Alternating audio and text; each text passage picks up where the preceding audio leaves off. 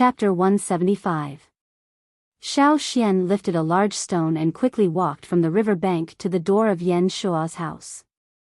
He kicked some wooden blocks to the side and threw the stone on the ground. Bang! Even those who stood further away felt the ground shake, not to mention Yan Shua's family. The close shaking caused another part of the wooden house, which was not very sturdy to begin with, to collapse. He had overdone it. Xiao Xian picked his nose and smiled apologetically at Yan Shua's family. "Cough, about that, I'll help you fix the house later," Xiao Xian said. When he was in the tribe, building a big house did not take much time. He followed the people of the Pu tribe and squeezed into a small place only because he thought it was troublesome. He would only stay for 2 or 3 days, so building a house was unnecessary. Moreover, he was unfamiliar with the place, so it was safer and less worrisome to stay in a place arranged for him. However, now that he met people from the same tribe, it was a different story. Yan Shua's family was not angry at all. Instead, their eyes were shining as they looked at Xiao Xian. Xiao Xian was strong, so was the tribe. The stronger the tribe, the more stable they could stand in this world and survive for a long time. No wonder their ancestors repeatedly told their children and grandchildren to remember their tribe and wait for the day they returned. Now it seemed that all their efforts were worth it. After Xiao Xian threw the stone here, he jumped up and sat down. He waited for Yan Shua's family to calm down a little before he discussed matters with Yan Shua. As for moving the large stone in front of everyone, it was only a deterrent. Perhaps it was not much in other places, but here, it was still useful. Looking at the happy atmosphere, Li wanted to reduce his presence as much as possible. He wanted to run as far away as possible. Xiao Xian's series of actions had already made him tremble with fear. Looking at the snake slave who was still kneeling there in pain and the broken snake head at his feet, Li took a deep breath and turned to run. However, just as he turned and took a step, a wooden stick broke through the wind and pierced through his chest. The 2 ends of the wood weren't sharpened, but it still forcefully pierced through Ruthless' chest. Before Ruthless could even sense it, he had already been hit. Kneeling on the ground, Li tried his best to keep his eyelids open, wanting to see who threw the wooden stick at him. But all he saw was a ball of golden light slowly approaching from afar. The so-called golden light was naturally not some special luminous object, but the slave owner wearing the golden fur. Yesterday, Xiao Xian saw that the slave owner was still wearing a black spotted animal skin. Today, he had changed it again. The golden fur reflected the light of the sun, making the slave owner look quite eye-catching. It seemed that this slave owner liked to use this method to show his nobility. As a slave owner with a lot of slaves and financial resources, there was no shortage of animal skins. Xiao Xian learned some information about this slave owner from the other members of the Pu tribe. The slave owner's name was Shu. He had only been here for a few years. Sometimes he would stay here for a while before leaving. Sometimes he would disappear for a long time. He had a lot of people under him, so he didn't need to personally manage them. It was said that the leader of the Pu tribe's traveling team had a good relationship with Shu, so he could get some preferential treatment here. But Xiao Xian felt that when Fan Ning was facing Shu, he was not so natural, and even cautious. Shu was a very dangerous person. The cruelty of a slave owner was something that everyone understood. The smile on the surface was not necessarily true, there could be a knife hidden in the smile. When Shu, who was wearing a dazzling golden outfit, slowly walked over, there was still a smile on his face. It was as if the stick that killed Ruthless was not kicked by him. Beside this slave owner, there were 2 other people who were also his slaves. However, those 2 people had a relatively high status among the slaves owned by Shu. They were not comparable to the snake slave that Li Yi brought. While everyone was looking at Shu, who was wearing a dazzling golden outfit, Xiao Xian raised his eyes to the sky. Just now, that slave owner had kicked out more than 1 stick. In the sky, a long shadow quickly fell from a high place. Puff! The person who had been beaten by Xiao Xian to kneel there, unable to get up, had his throat pierced from behind. He looked at his own blood flowing down the wooden stick, as if he wanted to say something, but his throat could not make any other sound. The chain-like lines that originally appeared on his neck began to disappear from the wound. He raised his arm, wanting to grab the person who walked past him, but found that the distance of less than 5 steps was like a natural moat that could not be touched. He could only watch as that golden ball slowly passed by him. When all the chain-like lines disappeared, the person who often came to the wanderer area to be arrogant, powerlessly dropped his hand, no longer breathing. The people around only felt a chill go straight to their heads, and their fear of the slave owner deepened. Xiao Xian looked at the slave owner who was walking straight towards him. He was wearing clothes made of linen, much better than the coarse linen that the Pu tribe had. And on Shi Shu's waist, there was also a very fine polished stone axe hanging from a leather rope. The stone axe was not big, the body was flat, the blade was wide, the curve of the arc was a little big, and the 2 corners were slightly upturned. There were also some patterns on the body, and it could be seen that those patterns were very carefully carved. And this kind of carefully crafted stone axe was definitely not used for cutting trees. This kind of autocratic primitive weapon looked like a kind of accessory that hung on the body. In addition, Xiao Xian also felt the movement of the power of inheritance from Shi Shu. The slave owner was like the combination of the chief and the shaman in the tribe. He had absolute leadership and some abilities similar to the shaman. It was just that the slaves under him were not as lucky as the warriors in the tribe. Shi Shu looked at Cha-Cha next to him, then turned back to Xiao Xian and said, "Sorry, the slaves below are not obedient." Obviously, the slave owner had understood the whole story, but he did not attack Xiao Xian as other people thought, nor did he apologize as he said. Instead, he watched Cha-Cha eat the snake with great interest. After watching for a while, the slave owner dressed in glittering gold left with his people, as if he had come just to execute the 2 disobedient slaves. But Xiao Xian guessed that the slave owner's goal was not so. Just now, Shi Shu's eyes stayed on Cha-Cha's feet for a while. Shi Shu's focus should be on the Yanjiao tribe. Could it be that he knew about the Yanjiao tribe?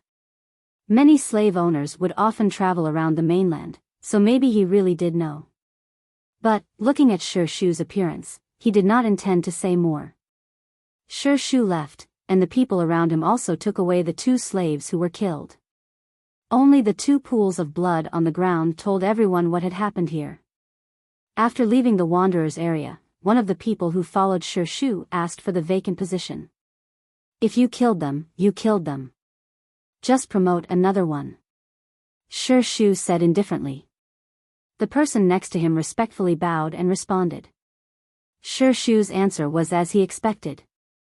Maybe the slave owner did not even know the names of the 2 slaves.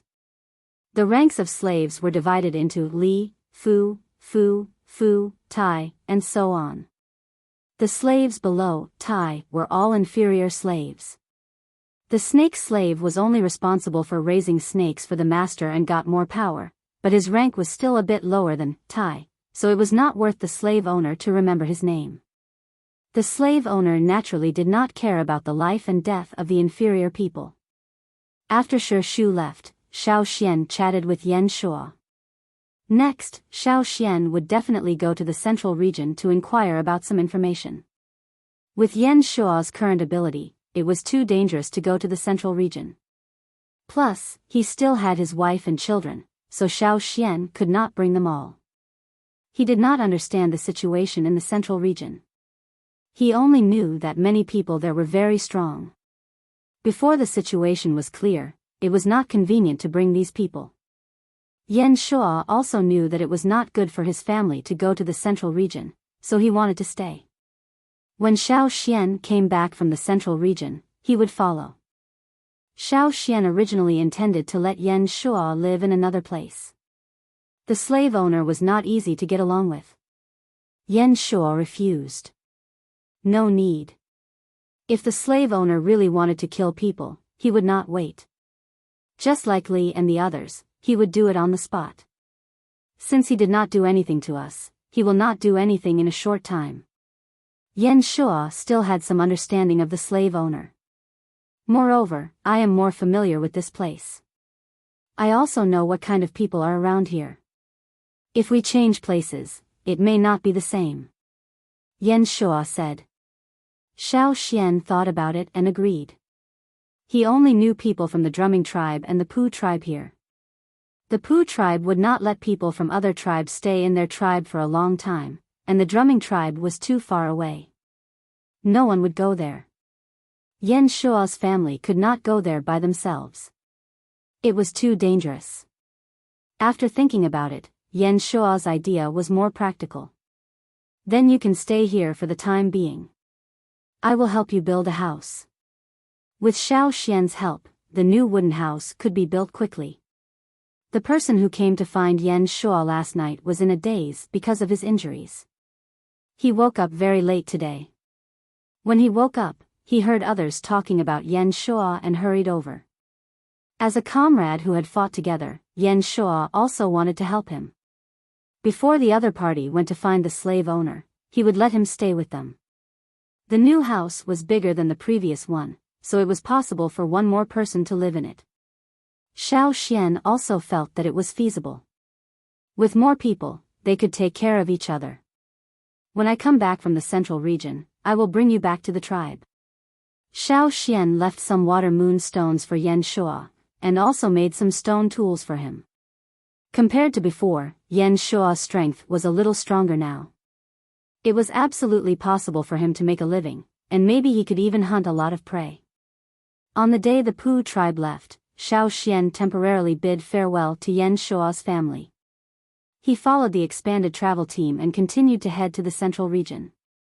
According to Yan Shuo, he was not sure what happened to the tribe that year, but he knew that there should be many wanderers like him. If he could find these people, Xiao Xian could bring them back to the tribe. Chapter 176. When they set off again, the team had expanded. In addition to the people from the Pu tribe, there were also travel teams from other tribes. After the team expanded, it became more lively. Xiao Xian could also hear a lot of gossip from other tribes. When he was resting, he would also ask people about some things. After a few days, Xiao Xian learned a lot of new information. Xiao Xian had a map in his hands. He had drawn it himself. The map left by the ancestors could no longer be used. After nearly 1,000 years, the mountains had become plains, plains had become mountains and rivers. The changes were too great.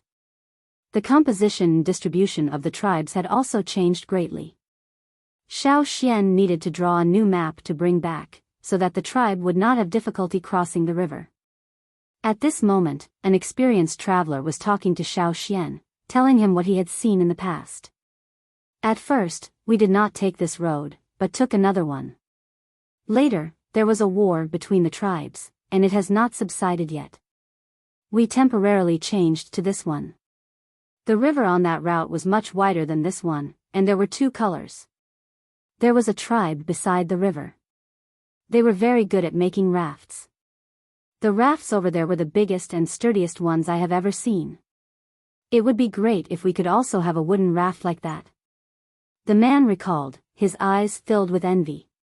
Seeing Xiao Xian's puzzled face, the man gestured to Xiao Xian and explained in detail the biggest and sturdiest rafts he had mentioned. After listening to the other person's description, Xiao Xian paused and said, "Is that a boat?" Yes, they call it a boat." The man continued to recall, talking about what he had seen. Only, a few years had passed, and many of his memories were vague. Xiao Xian memorized these. If he had time, he wanted to go there and have a look. When the time came, the people of the tribe would need a boat to cross the river. Without metal, how to make a big boat, Xiao Xian was not sure. It would be best if he could learn some technology from there. I remember that there are also many tourists over there. Another traveler was unwilling to be left out and came over to chat. It seems so, but it's just to help resist the tree and chop the wood. Hey, I heard that the slave owner also went there and took away a lot of slaves. The previous person said. In order to increase the number of slaves under their command, the slave owners would always go to some places to get people. Those wanderers who had lost their fire seeds or whose tribes had been destroyed were the favorite targets of the slave owners. However, they would not immediately go to those wanderers after their tribes were destroyed. Instead, they would wait for 1 or 2 years for the wanderers to see the situation clearly. They would only go to those wanderers when they were close to despair after suffering setbacks. At that time, some wanderers who had suffered a lot would not only not avoid the slave owners, but would also take the initiative to stick to them. Just like ruthlessness. In order to get more slaves, the slave owners would move around, and Shu, whom Xiao Xian had met before, was the same. When Xiao Xian listened to the two people, he learned about some of the places Shu had been before. Xiao Xian secretly remembered those places. He suspected that Shu had seen people like Yan Shuo, or had seen the totem patterns of the Yanjiao tribe. He didn't know if it was possible that he had seen it when he was looking for slaves. No matter what, Xiao Xian intended to look for it when they passed by those places. After all, according to the words passed down by Yan Shuo's ancestors, there should be a lot of wanderers scattered everywhere. After all these years, if one generation after another lived, there should be a lot of people. The Yanjiao tribe on the other side of the river did not have a large population. If they wanted to expand, the first thing to do was to call back the scattered Yanjiao tribesmen. In addition to those places, there are a lot of wanderers on the grassland we have to pass through. Slave owners often go there. A traveler said. Xiao Xian looked at the area that was not completely drawn on the map. That was the grassland. The travel team would not go deep, and would only pass by the border of the grassland. There were a lot of tribes on the grassland, and the people there were also very tough. The travel team generally would not go deep. Just as they were talking, Yu suddenly said, "Look in front." Xiao Xian's line of sight left the map and looked at the water in front of them. On the water in front of them, there were some people floating, and each of them had fatal wounds. "Is there a war in front?" someone asked. It seems that the scale is not small. The people around them were talking, and the leaders of several travel teams also gathered together to discuss. Finally, they decided to rest on the shore for the time being. "Let's take a break first. Send some people to scout ahead. If there is a battle between tribes, we will avoid it first, or wait for it to end before we set off," one of the people in front said. The people on the raft paddled. After the raft reached the shore, Xiao Xian and the people around him spontaneously tied the raft to a tree or a big rock on the shore. They also took their own bags with them. No one put anything on the raft, because they did not know when they would have to abandon the raft to escape. After all, this was not their own tribe. Especially in a place where there was a war, it was especially dangerous. It was easy to get caught in the crossfire. Each of the leaders sent a dozen or so people to scout the situation at the front. "Xiao Xian, let's go and see if there are any wild beasts around. We can hunt one and eat it," Yu said. When they were resting, the people in the team could hunt nearby, as long as they did not go too far. If they went too far and the team did not see anyone, they would not wait. "Okay," Xiao Xian said to the people next to him. If the team set off, he would let them greet them. After leaving the tribe, Xiao Xian ate less fearsome beasts. Generally, they only hunted wild beasts, and these people did not go to places where there were fearsome beasts. He kind of missed fearsome beast meat. He did not know where Cha-Cha had gone to hunt. That guy had high requirements for food and did not like ordinary wild beasts. However, Cha-Cha had never been left behind. Even if it left temporarily, it could quickly catch up with the team. Xiao Xian was not worried about it. "Look, there's a deer over there." Yu pointed in a direction and said excitedly. Then he quickly took out his hair dryer and used the poisonous thorn as an arrow. He put it in and carefully approached the deer. He had to hurry. Otherwise, if the other members of the travel team got there first, there would be no food. Yu quietly approached the deer, and Xiao Xian followed. However, Xiao Xian felt that there was something wrong with the surroundings. It was not necessarily a crisis, but something seemed to have happened. He was more careful when he sneaked around. When he was about the same distance away from the deer, you pointed the end of the blowpipe towards the deer and put the other end into his mouth. While he was blowing, his cheeks puffed up. Whoosh! The speed of the arrow was very fast, and the arrow that was blown out accurately hit the deer. The poison in the arrow needles was not a lethal poison, but a very powerful paralyzing poison. When a deer was shot, the arrow needles would pierce through the deer's skin, and the poison would spread. After the deer felt that it was being attacked, it wanted to run away quickly. However, after taking 2 steps, it staggered and fell to the ground after a few steps. Hey! It's done! Yu was very excited. He was about to go and collect the prey, but he was stopped by Xiao Xian. What's wrong? Yu looked at Xiao Xian in confusion. Xiao Xian did not answer. Instead, he raised his chin in a direction. Yu looked over. In the woods not far from the deer, some birds flew up. They were probably alarmed by the deer's running and falling. What's wrong with those birds? Yu still did not understand. He thought about it and said helplessly, "You don't want to eat those birds, do you? Although those birds are not too small, they are not easy to catch. Why would we eat those birds when we have a deer?" Xiao Xian looked at Yu in silence for a few seconds and said, "Those are scavenger birds." Scavenger birds? They eat corpses. Xiao Xian pointed over there. There are quite a few of them. Because of the deer's movement, some birds were startled, but Xiao Xian believed that it was only a small part of them. There were many that did not fly at all. The birds that flew up just now quickly flew back down. If there was no food to attract them, why would they stay on the ground? Yu's face turned serious, and he put away the hair dryer. He did not care about the deer. Compared to his life, food could be put aside first. Because of the direction of the wind, when they came over, they did not smell anything strange. In addition, there were many flowers blooming near the river bank. The fragrance of the flowers interfered with the sense of smell, so they did not notice it at first. "Let's go and take a look," Yu said. Before Xiao Xian could answer, Yu had already taken out his stone knife and went over. Xiao Xian looked around and did not see anyone else for the time being, so he also followed. They were getting closer and closer.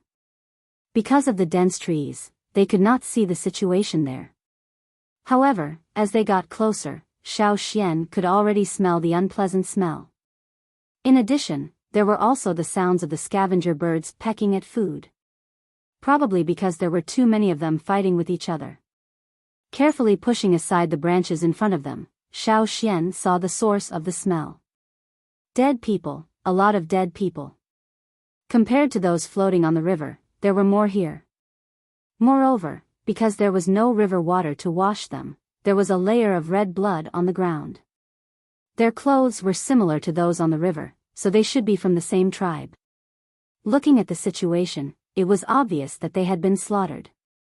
These people, Yu was about to say something when he suddenly found that there was an arm moving in the pile of dead people. There's still someone alive?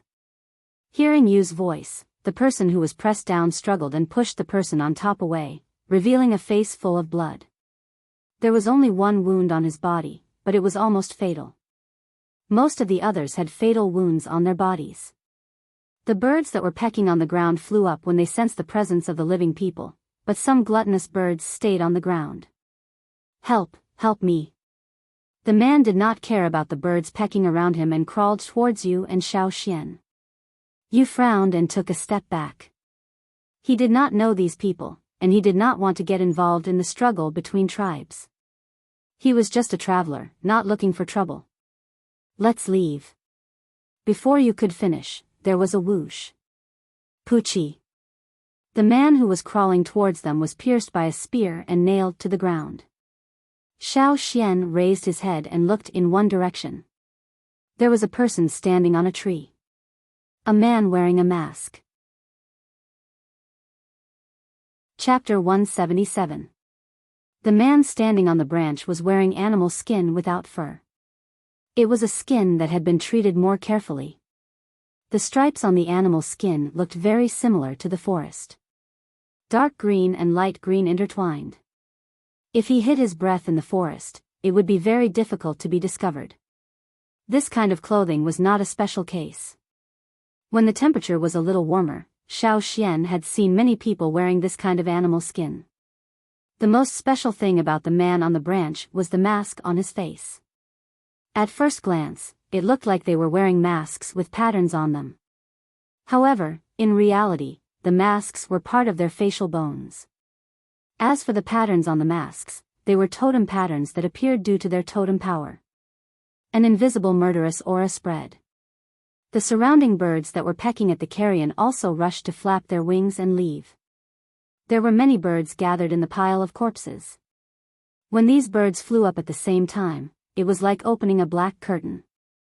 The figure on the other side was also faintly discernible. Yu swallowed his saliva and clenched his stone knife. The tip of the knife unconsciously pointed in that direction, guarding against the person who appeared. When did the person appear? He did not notice at all. At the same time, a human figure jumped down from a high place and split open the black curtain formed by the scavenger birds with lightning speed. He went straight for Qi and slashed down with his saber. There was no superfluous movement. It was just one knife. But this knife made you feel as if there were tens of thousands of knives chopping down on his head. The power from this knife came in an instant. It seemed that no matter where he hid, this stone knife would chase after him. Yu's expression froze. His body seemed to be in a quagmire. He wanted to struggle, but his body did not listen to him. He struggled and wanted to escape, but it was already impossible. At this moment, Yu regretted. He was very regretful. Why did he come here? Couldn't he just leave with the deer? Before leaving the tribe, what did his grandfather say? Don't be too curious. If you find something strange, you should leave far away. Yu smelled the clearest scent of death in his life. Perhaps in the next moment, he would be like those people in the pile of corpses. He would be chopped in half and thrown here to become food for the scavenger birds hovering in the sky. Suddenly, a hand grabbed his shoulder and quickly dragged him back.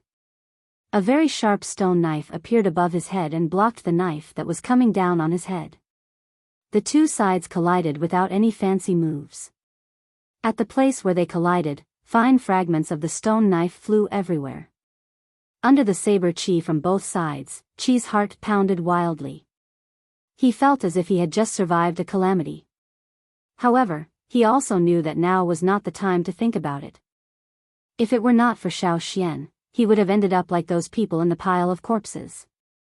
Standing here, he could not help, so he quickly moved back a few steps to make more space for Xiao Xian. Although the other side's momentum was very strong, Yu was stunned by this sudden momentum and could not react immediately. However, Xiao Xian was a hunter who often fought with those ferocious beasts in the forest. He had also faced ferocious beasts that were good at hiding and attacking. Naturally, he could cope with it.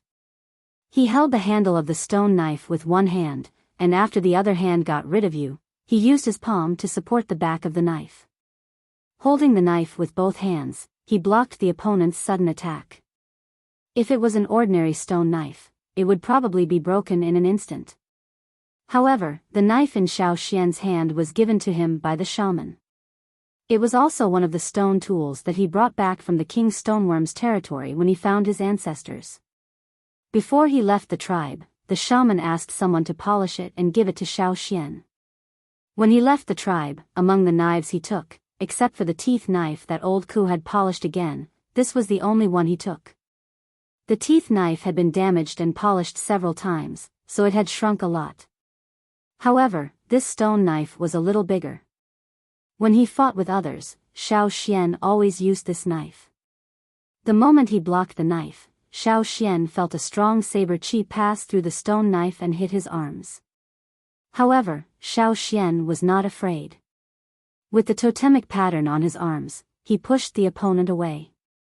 The man who was pushed away quickly retreated until he reached the tree where he had been standing. He stared at Xiao Xian, his eyes showing confusion and surprise under the mask.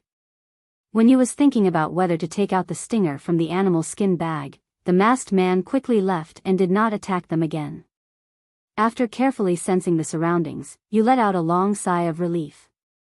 From the opponent's sudden attack to Xiao Xian blocking the opponent, the moment of silence, the two sides separated and the opponent left. All of this happened in the time of a breath.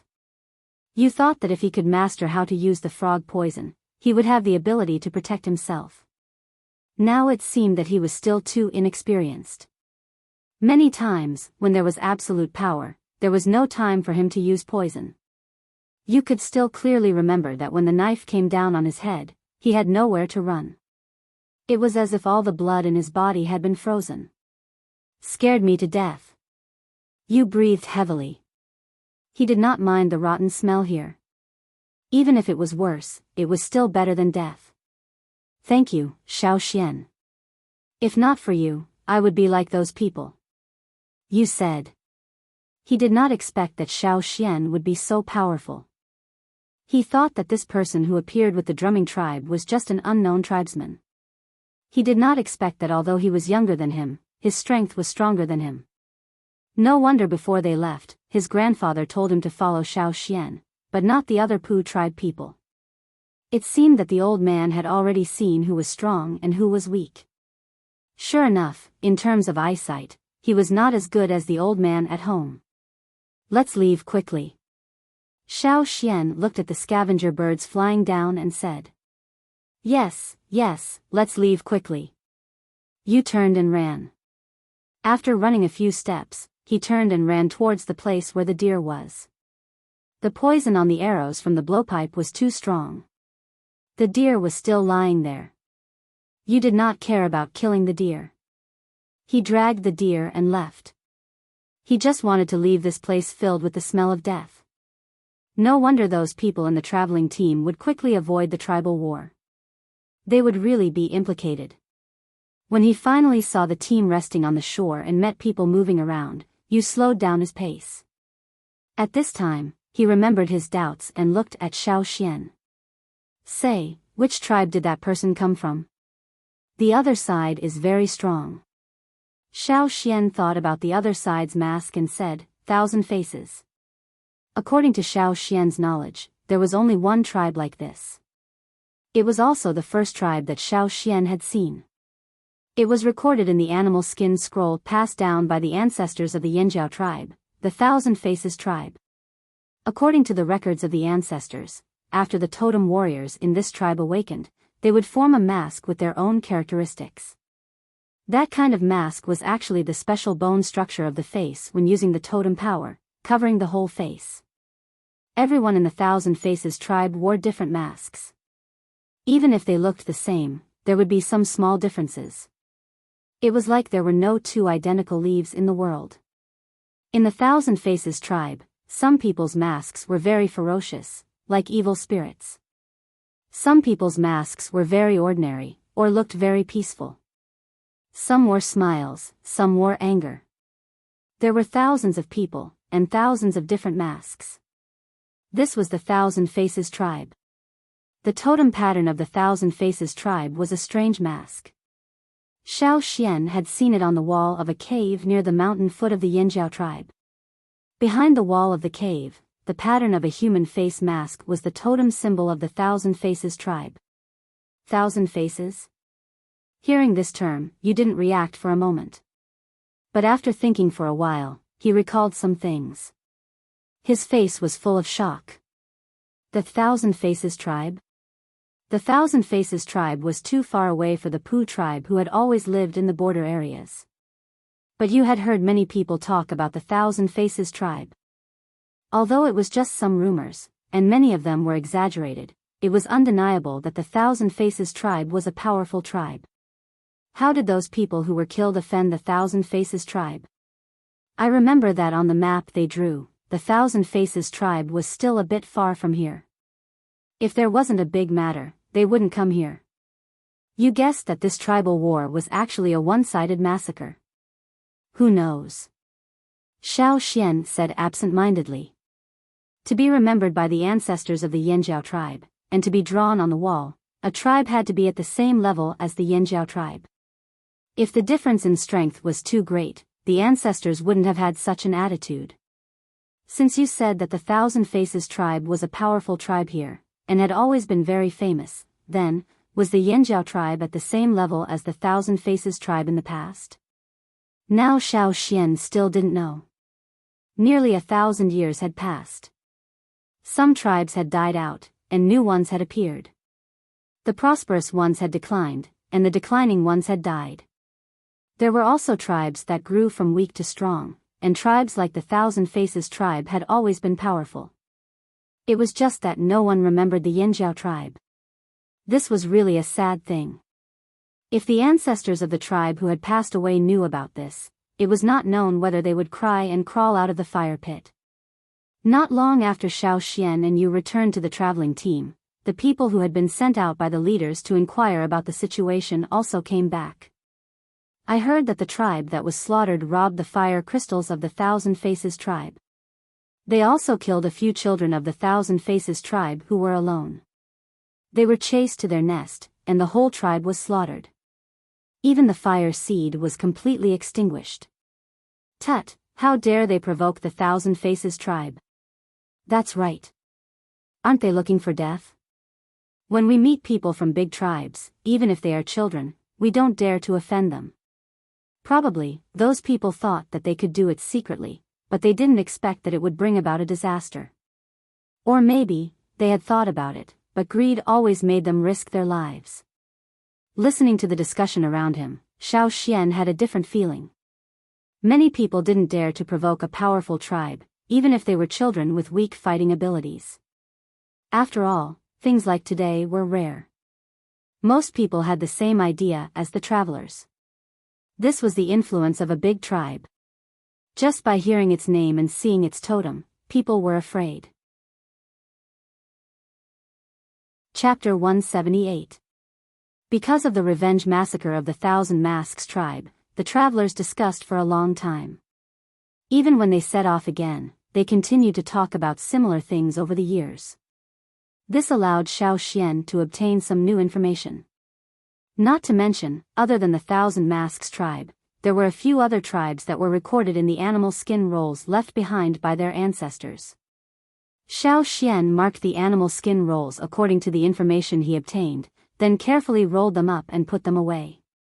These were all to be brought back to the Yanjiao tribe. If the Yanjiao tribe returned, would they be able to regain their former glory? Xiao Xian was looking forward to that day. Xiao Xian and you did not mention to the others that they had encountered the Thousand Masks tribe. After traveling on the river for another 2 days, the traveling group abandoned the wooden raft and changed to walking. This was because it was inconvenient to use wooden rafts to travel further. Although there was also a river, it was not as fast as walking. Later on, they had to go to higher places. The area in front of them was located at a higher elevation. It was said that there were endless grasslands and snowy mountains. It sounded like some places in the hunting area of the Yanjiao tribe. The grasslands were very large, and there were many large and small tribes scattered there. Wars often broke out between the tribes there. The traveler team would not go deep into the grasslands, nor would they get involved in matters related to war. They were just passing through the grasslands and would exchange things with the tribes there. At this time of the year, the grass on the grasslands was green. Walking along the river and stepping onto the grasslands, Xiao Xian looked around. The sky was high and the air was cool. The grass was green, and there were some small flowers that he could not name blooming on the grasslands. They had a faint fragrance. Looking ahead, the green grasslands stretched as far as the eye could see. In addition to the river that crossed the grasslands beside Xiao Xian, there were many small lakes scattered across the grasslands.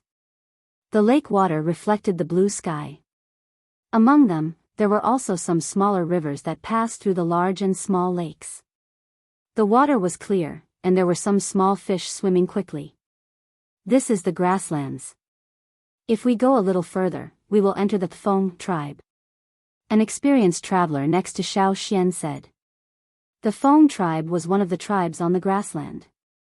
The team of travelers happened to pass by the Thfeng tribe. The Thfeng tribe was already familiar with the traveling team. They had been on this path for many years, and both sides had long understood each other. For the people of the Feng tribe, the tribes of the travelers were too far away from here. They didn't have the problem of fighting for territory with them. The long distance posed no threat to them. What's more, every time these travelers passed by, they could take out some of their tribe's products to exchange with the travelers. Many people in the tribe liked this kind of trade. They didn't need to leave the tribe to exchange for some rare things. It was simple and convenient.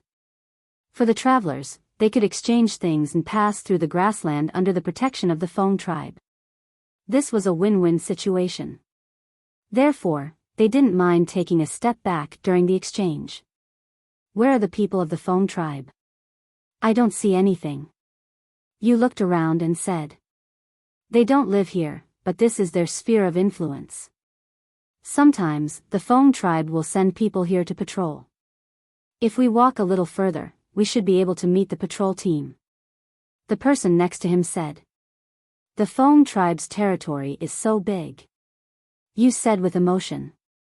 This is big. If you see the real big tribes on the grassland, won't your eyes pop out? The person next to him laughed. Many tribes on the grassland raise some cattle, sheep, horses, and so on. They also hunt, but there aren't many prey here. Most of the time, they eat those raised animals. And those raised animals need to eat grass. The grass on the grassland is for those raised animals. If there isn't enough grass, they won't be able to raise many animals. Without raised animals, there would be no source of food. Naturally, the tribe wouldn't have a good life. Listening to the person next to him, you nodded in understanding. Most of the grassland here was not dense forest. There weren't many beasts living here, unlike their Pu tribe. Even if they didn't have the things brought back by the travelers, they could still find food in the surrounding forest. As they were talking, Xiao Xian heard a rumbling sound. The ground under his feet also trembled. Someone is coming. Don't worry, it's the Feng tribe's patrol team. By the way, do you know that there are many tribal warriors on the grassland who ride horses? Ride horses? You had only eaten horse meat. He really hadn't ridden before. Xiao Xian and the other travelers looked in the direction of the sound. Over there were some large mounds that were covered with green grass. As the rumbling sound got closer and closer, at the place where the mounds met the blue sky, a figure emerged. Soon, more figures appeared in everyone's line of sight. The patrol team had 12 or 20 people patrolling everywhere. Sometimes, they moved in large groups. Not all of them were members of the patrol team. Most of them were other members of the tribe. The people of the tribe wouldn't stay in the place all day long. When they were free, they would ride horses and gallop in groups on the grassland. Hundreds and thousands of horses galloped down from the huge green mound towards the group of travelers, bringing with them a majestic aura. When the horses approached the traveling team, they began to slow down. In the midst of neighing and whistling, the horses gradually stopped and surrounded the traveling team. Several team leaders of the traveling team also knew the leader of the group. They greeted him with a warm smile and chatted with him. They also threw him some rare things on the grassland that they had exchanged on the way. The leader of the Feng tribe took the things and said, "Many people in our tribe have been waiting. A few days ago, someone asked when you would come. Today, we finally see you." Seeing the traveling team, the people of the Feng tribe were very happy. Some of them shouted that they wanted to go back immediately to prepare the items they wanted to exchange. Others controlled the speed of their horses and followed the traveling team. As they walked back to the tribe, they asked the traveling team what new things they had. A young man even chatted with you. He was very interested in the frog poison that you had brought. He also asked you to teach him how to use those poisonous stingers. Xiao Xian chatted with the leader of the Feng tribe's patrol team about the cha-cha. The leader of the patrol team was called Yi Bei. Seeing the eagle in the sky, Yi Bei stopped looking down on Xiao Xian. Yi Bei didn't have the same fear as the Pu tribe's leader, Guang Ho. They didn't reject Cha-Cha, this giant eagle. As long as it didn't attack the beasts raised by the tribe, they were quite happy to let Cha-Cha fly over their tribe. Because every day, there were many big birds in the sky that took away the livestock raised by the tribe, and the Feng tribe didn't have their own trained eagles to defend themselves. Usually, they could only make some artificial defenses. Bei didn't expect that there would be a person with a giant eagle in the traveling team. He also became more enthusiastic about Xiao Xian. Seeing Xiao Xian walking together with the people of the Pu tribe, and that they were quite familiar with each other, Bei thought that Xiao Xian was also from the Pu tribe. It was just that he didn't have the painting on his eyes. They weren't very curious about other tribes. They had been here before, and now that they were familiar with each other, there was nothing new. After all, they were just passers-by. In the traveling team, there were also some people from the Pu tribe. After leaving the tribe, they temporarily wiped off the painting on their eyes. In this way, Xiao Xian became less conspicuous. The traveling team followed the people of the Feng tribe to the Feng tribe's encampment. It was already late, and the traveling team couldn't just leave after trading. After walking so far, they took advantage of this opportunity to stay in the Feng tribe for 2 days and rest. After passing through the grasslands, they would enter the central region. At that time, they wouldn't have so much time to rest. The grasslands were beautiful, and they could hear many people singing. There were also some children playing and fishing by the river and lake. Around them, there were adults and children riding horses. It looked peaceful. It was impossible to imagine that this tribe had fought with another tribe not long ago. Not long after, Xiao Xian saw some houses made of animal skin, grass, and wood not far away. Some of them looked like tents. "Tonight, we'll rest here. This place is for you to rest." Bei pointed to a row of simple wooden houses and said. Although there were many wooden houses, there were also many people in the team. They had to squeeze in. Xiao Xian, Yu, and the others entered the house together. After tidying up a little, Xiao Xian looked at the other places of the Feng tribe from the window.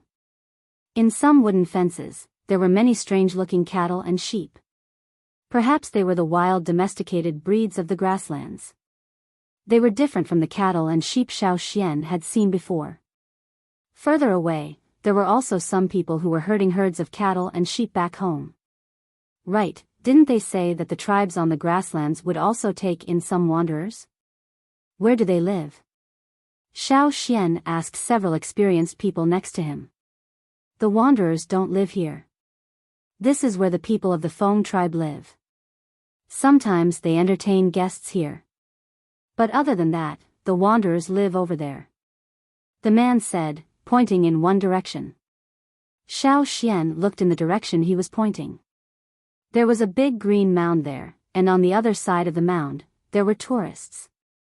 Although the people of the Feng tribe usually asked the wanderers for help and gave them a small reward, they were still on guard.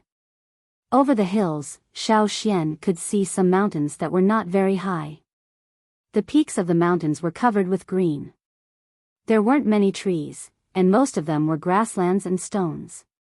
Further away, he could vaguely see some mountains with white peaks. That was the territory of other tribes. Hearing that the travel team had come, many people of the Feng tribe brought things to trade with the travel team. Xiao Xian didn't want to trade. He had hunted a cow on the way, and there was still a lot of roasted meat left. The remaining water moonstones would be used in the central region. However, when Xiao Xian was bored on the raft, he used some animal bones and horns to polish and carve some things. He had 2 bone knives and several bone ornaments carved into various ferocious beasts. A middle-aged man traded them for a leg of lamb. That man liked these things very much, so he traded them for his children. When the sky gradually darkened, fewer people came to trade. After eating, the people of the travel tribe went to rest. Looking at the dark sky, Xiao Xian planned to go to the place where the wanderers lived tomorrow. He had a feeling that he could find the person he was looking for here. Chapter 179. The sun rose. It seemed to be another day similar to yesterday, but for some people on the grassland, it was different. For example, the people of the Feng tribe who wanted to exchange things with the traveling team were thinking about what to take and what to exchange. For example, the people who had been guarding against the sky could rest today. Usually, there would be big birds flying over and taking away their livestock, but today, there was a bigger bird in the sky instead of those figures that usually gave them headaches. Another example was an old man who lived in the wanderer area of the Feng tribe. For old he, today was a special day. Every year on this day, he would come to the top of the mountain, facing a direction, praying and singing. He didn't know when it started, but his ancestors had set such a rule. Every year on this day, he would come here to pray and sing, to remember the words that had been passed down from a long time ago, as well as the name of the tribe that no one knew. Old he was also used to coming here every year at this time to inherit the will of his ancestors and fulfill their wishes. Every time this happened, that magical dream would appear in old he's mind. Every detail was very clear, including the rising flames and the two horns surrounded by flames. It seemed to be the same as what his ancestors had said. Sometimes, he couldn't even tell whether it was a dream or reality, his imagination or reality. Did the tribe still exist? Every time he had such doubts, he would stand here praying and singing to strengthen his beliefs. Many wanderers didn't understand his behavior, and some people would pity him, but he didn't care. He just insisted and liked to sing like this. Every time, he would forget all the depression and troubles, throw away other worries, and sing for a whole day here. Today, as in previous years, he went up the mountain with a straw bag filled with barbecue and a kettle. The mountains in the territory of the Feng tribe were not high. This was already the highest place. He wanted to go to the top of a higher mountain, but it was not the territory of the Feng tribe. He would probably be killed as an intruder before he could reach the top, not to mention that it was not the territory of the Feng tribe. Standing on the top of the green mountain, old he took a deep breath, and just like in previous years, he sang loudly. His singing spread from the top of the mountain to other places. Some people nearby also heard it, but they didn't care at all. Every day, there would be people singing. As for what they were singing and how well they were singing, they did not care at all and continued to do their own things. Since the beginning of the world, our ancestors have been here. When the tribe rose, hunting was the priority. As the spring warmed up, the ice and snow disappeared. The birds and beasts jumped happily, and the birds sang and the beasts roared. The hunters went far away. Old he stood alone on the top of the mountain, facing one direction. As he sang, he suddenly heard a second voice. Someone had joined him in singing the same song as him. The song he sang was the hunting song passed down from his ancestors, and it was the only song he knew. He hadn't even learned the songs the people of the Feng tribe often sang.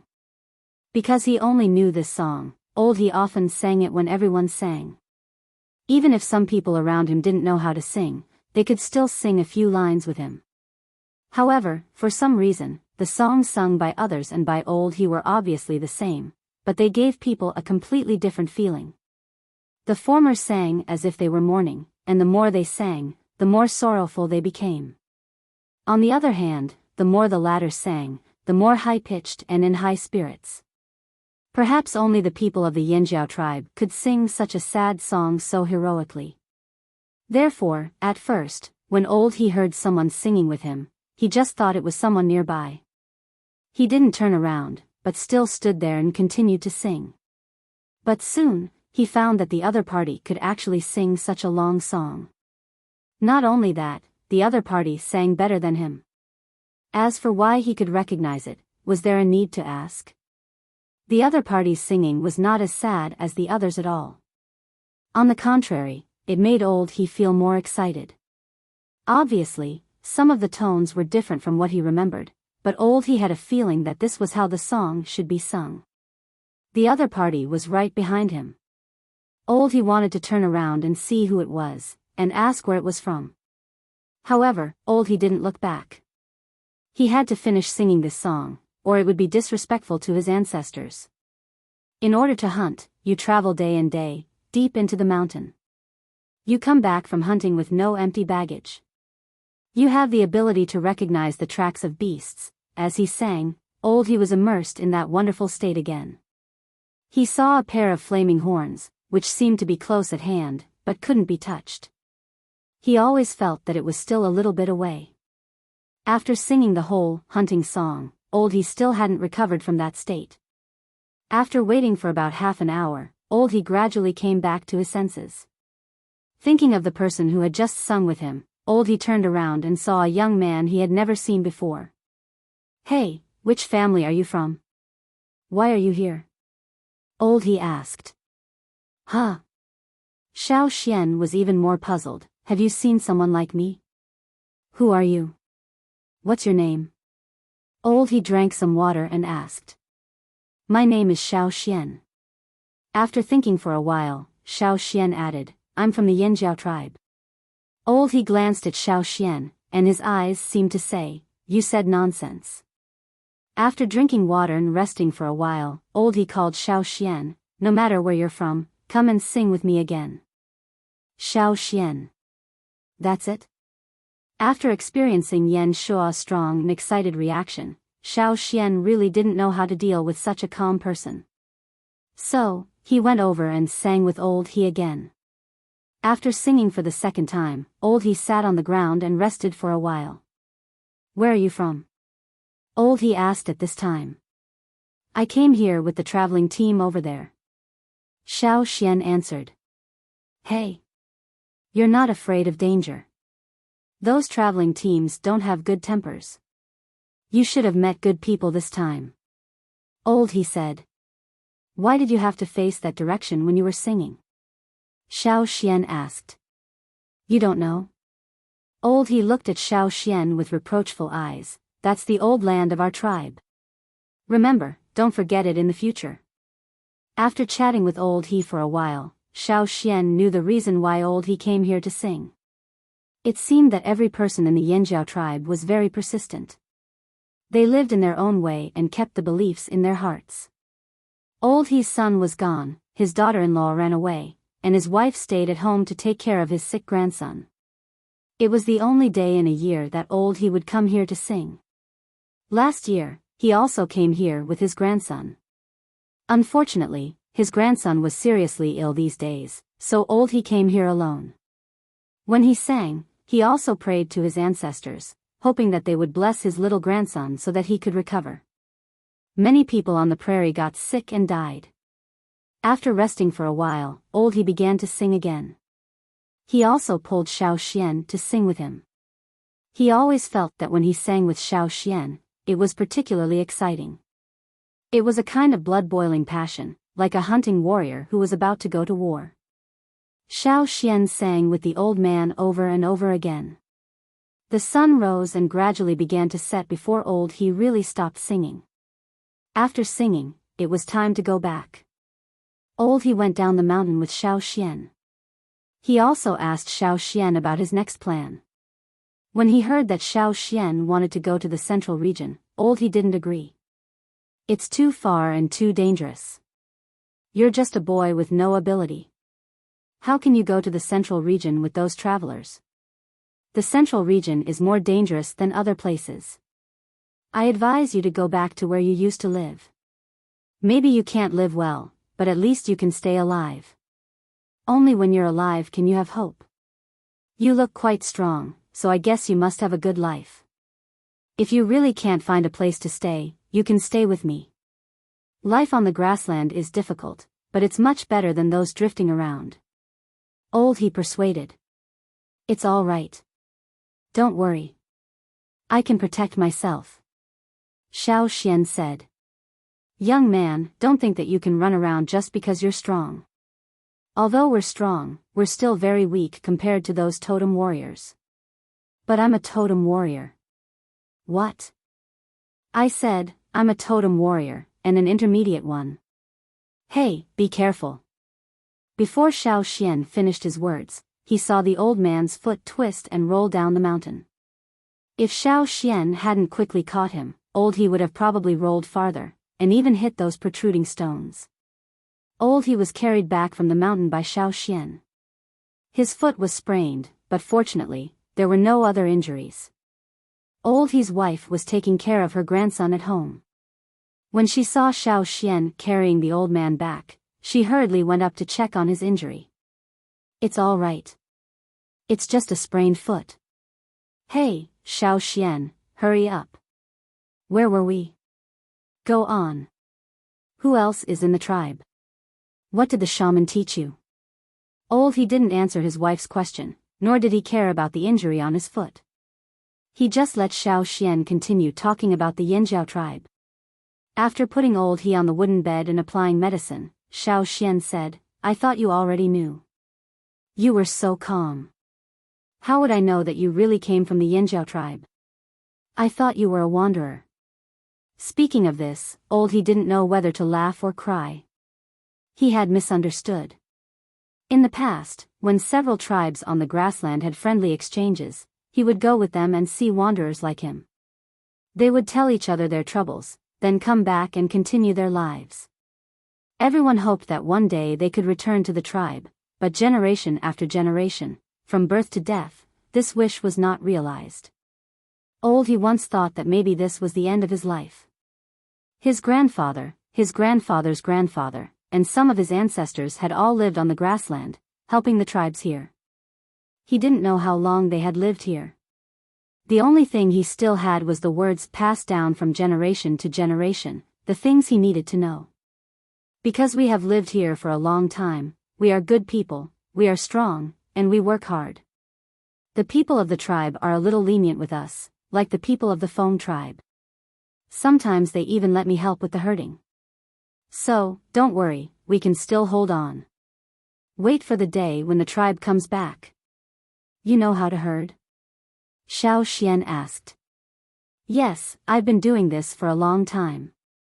Do you know how to raise those animals? Xiao Xian asked again. Of course I know how to. Those of us who live on the grassland all know how to do it. Xiao Xian thought to himself, what a talent. If it were the people on the other side of the river, the animals would be in the pot. Chapter 180. Xiao Xian applied the medicine to Old He's wound. The medicine he applied was made by himself, from the herbs he picked during the rest of the journey. Old He's grandson looked only about 6 years old, but in fact, he was almost 8 years old.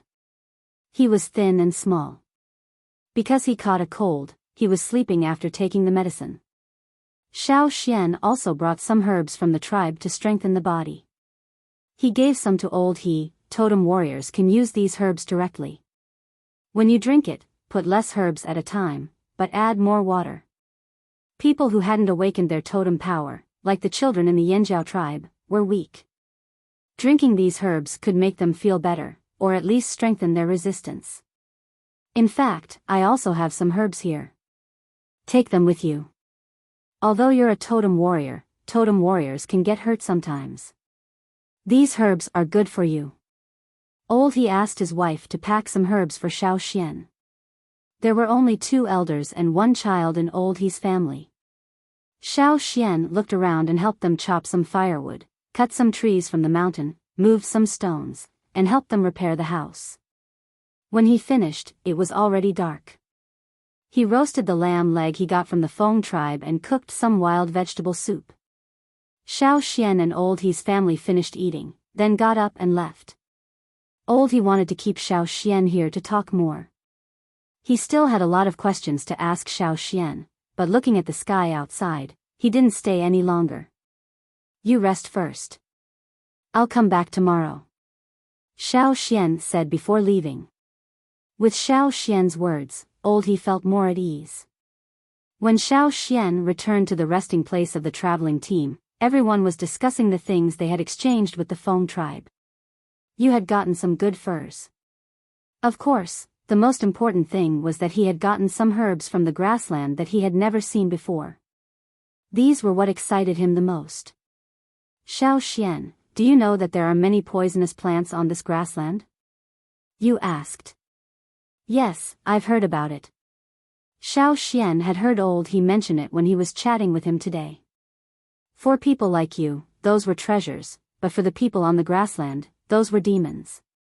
Not all green represented life, some represented death. Many times, when the herds of cattle and sheep on the grasslands were grazing, they would accidentally eat the plants that looked similar to the food they usually ate and thus die. That kind of poisonous grass could kill livestock and bring great losses to the people in the tribe. What was even more troublesome for the people in the tribe was that the poisonous grass had strong vitality and reproductive ability. As long as the roots were preserved, they would grow again in a short time.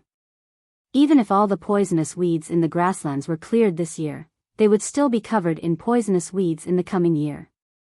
This was because the seeds of many poisonous plants were spread by the wind, or their germination would be delayed by a few years, making them extremely difficult to clean up. One of the reasons why wanderers were needed on the grassland was because of these poisonous grasses. There were too many poisonous weeds, and the people in the tribe were not willing to spend too much energy on them. Luckily, there were wanderers, so they only needed to pay a small amount to make them work. What the wanderers needed was the tribe's protection. In some tribes, the poisonous weeds grew too fast, and there were not enough people and time to eliminate them. When livestock died, the healthy grassland shrank significantly. They would start a war with other tribes, wanting to snatch the grassland. Not long ago, the Feng tribe was attacked because of this. Xiao Xian looked at the poisonous grasses that you took out. Today, when he was walking on the grassland, he saw a lot of them, but there were no livestock moving around. Presumably, they had to wait until the grass was cleared before letting the cattle and sheep go. Yu was still studying the poisonous grasses that he was interested in, while Xiao Xian leaned against the wooden wall, thinking about something. Compared to Yan Shuo, Old He's situation was really good. Although life was a little difficult, and there were occasional wars between the tribes, overall, it was still peaceful. Perhaps, because of this peace, there was no need to face all kinds of threats from people and things every day, and there was no need to deal with all kinds of serious crises. Many wanderers of the Yanjiao tribes on the grassland did not show totem patterns like Yan Shuo's. There were very few people who could show faint patterns. This was the situation that Xiao Xian learned from Old He. Xiao Xian originally thought that when the time came, he would find these people and bring them back to the Yanjiao tribe across the river. But now it seemed that it would be very difficult. There were many young adults, but after all, they were not totem warriors, and their abilities were limited. Moreover, there were many old, weak, sick, and disabled people. Xiao Xian did not intend to give up on these people. But now, he needed to think of a way to better solve this problem. Perhaps, when the shaman let Xiao Xian come here to find other Yanjiao tribesmen, he did not expect to encounter such a situation. People like Old He, who were old and had not awakened their totem power, simply could not travel safely. Telling the tribes on the grassland to treat the wanderers of the Yanjiao tribe well? It was useless. This method did not work on the grassland. If it was a big tribe like the Thousand Masks tribe, even if the other side was not willing to, they would still change their attitude and not be so harsh. But now, if you went and told them that I am from the Yanjiao tribe, they would look at you with disdain. Most of the time, the other party would squint at you. Who the hell is the Flaming Horns tribe? Strength, fame, and the benefits brought by it made every tribe hope that their tribe would become more and more prosperous. There was no real peaceful diplomacy here. Most of the strong tribes were very strong, such as the Thousand Masks tribe. Only when they were strong enough and powerful enough, would they make people afraid. After thinking about it, Xiao Xian decided to take some people back to the tribe first. When the tribe came from the other side, he would call back the scattered tribesmen. The next day, Xiao Xian went to Old He's place again. Old He's foot injury was much better. Although he had not awakened his totem power, and was not even as strong as Yan Shuo, he was still a Yanjiao tribesman, and the blood of the Yanjiao tribe flowed in his body. Old He's grandson was much better. He had a good meal yesterday and was in good spirits today. He even helped his grandmother to weed the grass in the grassland. Xiao Xian also went to help. Old He moved slowly with a limp. He could not stay idle, and while digging the grass, he talked to Xiao Xian. In fact, my father also showed his totem pattern, but it was very little and very shallow. I remember that I was still young at that time. At night, when I was about to go to sleep in my room, suddenly there was a warning horn from the Feng tribe. My father said that there was a wolf attack. That night, my father participated in the defense of the Feng tribe and killed several wolves. When he came back, I saw the pattern on his face. He said that it was the totem pattern of the Yanjiao tribe's totem warriors. Speaking of his father, Old He's face was full of pride. Every time he talked with the wanderers of other tribes, he would mention this. Xiao Xian listened to Old He while digging out the poisonous grass. Yesterday, he had learned about these poisonous grass from you, and knew which grass in this grassland was poisonous and which was not. The tribe asked the wanderers to dig out the poisonous grass. If there were dead lambs and calves in the area, the wanderers would not be able to get rewards from the tribe, but would be beaten or even driven out of the territory of the tribe. Outside the territory of the tribe, there would be many dangers from people or beasts. If they could not find a safe place to stay for a long time, the people who were driven out would soon die. However, there were poisonous grass in this grassland, and naturally there would be other herbs. Xiao Xian also found several kinds of poisonous grass when he was digging, many of which were reminded by Old He. These herbs were relatively common in this grassland, and were rare in other places. While he was digging, not far ahead, a child about the same age as Old He's grandson was dragging a piece of wood thicker than him with a straw rope. Although the child was much stronger than Old He's grandson, his face turned red with suffocation when he pulled such a piece of wood. Old He saw the child and asked, "Gua-er, what are you doing with the wood?"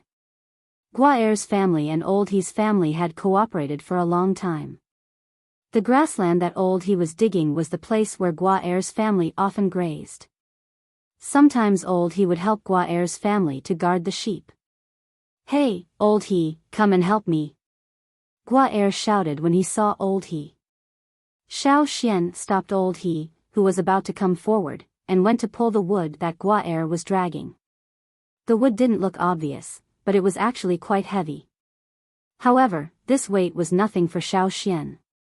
In the forest of the hunting area, Xiao Xian had seen stronger and heavier wood. The wood that Gua-er dragged was very thick, but not long, only half a meter.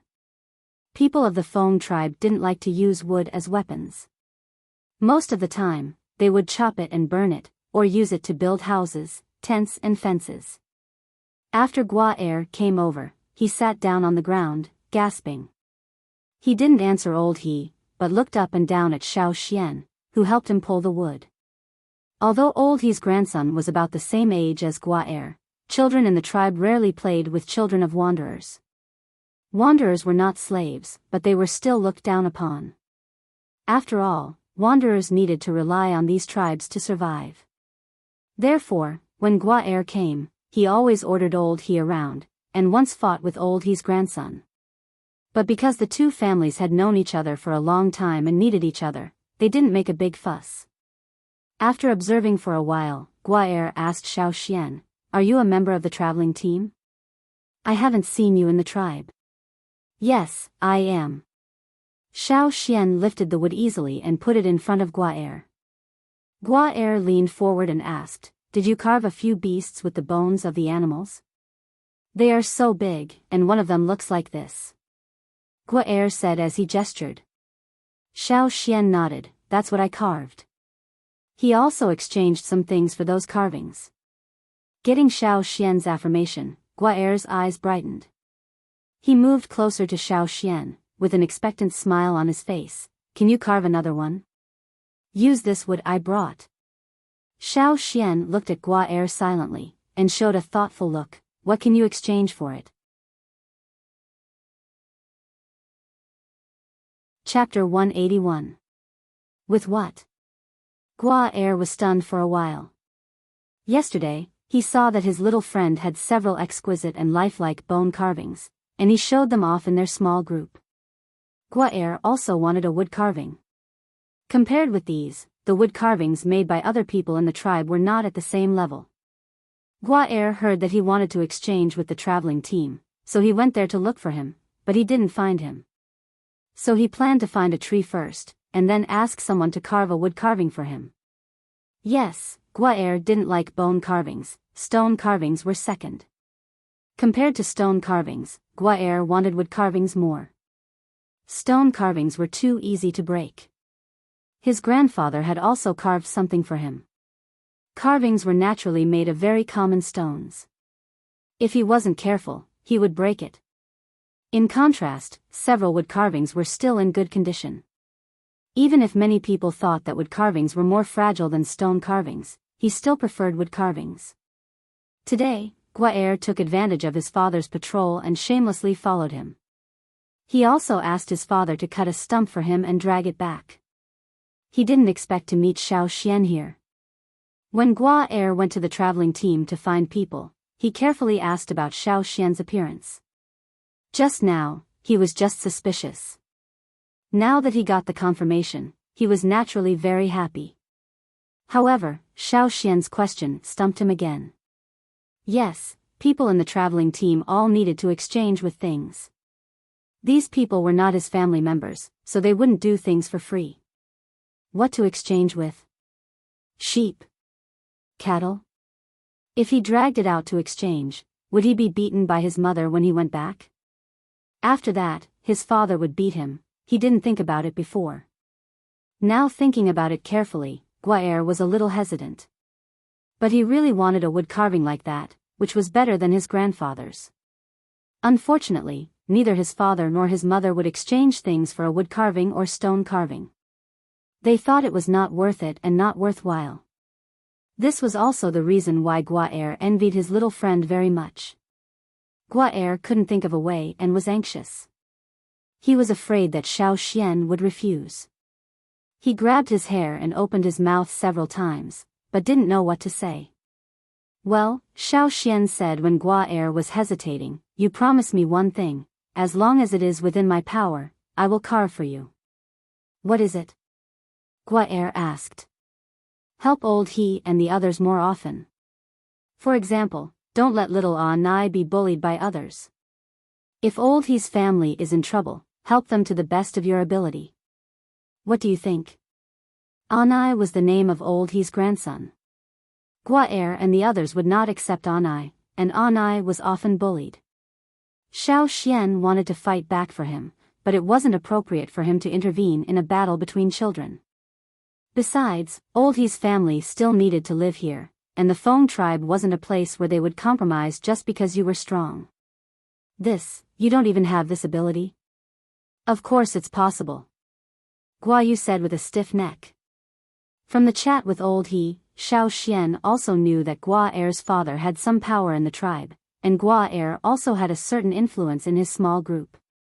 If this kid didn't make things difficult for them, and if he could help them, old he's family would naturally be able to live a better life here until the Yinjiao tribe came back. Guaer didn't think what Xiao Xian said was difficult, but he wasn't too stupid and knew how to bargain. "I promise you, but you have to carve well, and can't be worse than the bone carvings you gave others before." "Okay. I'll watch from the side. If you don't do it well, I won't agree." "Okay." Xiao Xian had polished several small stone knives with good quality during the journey.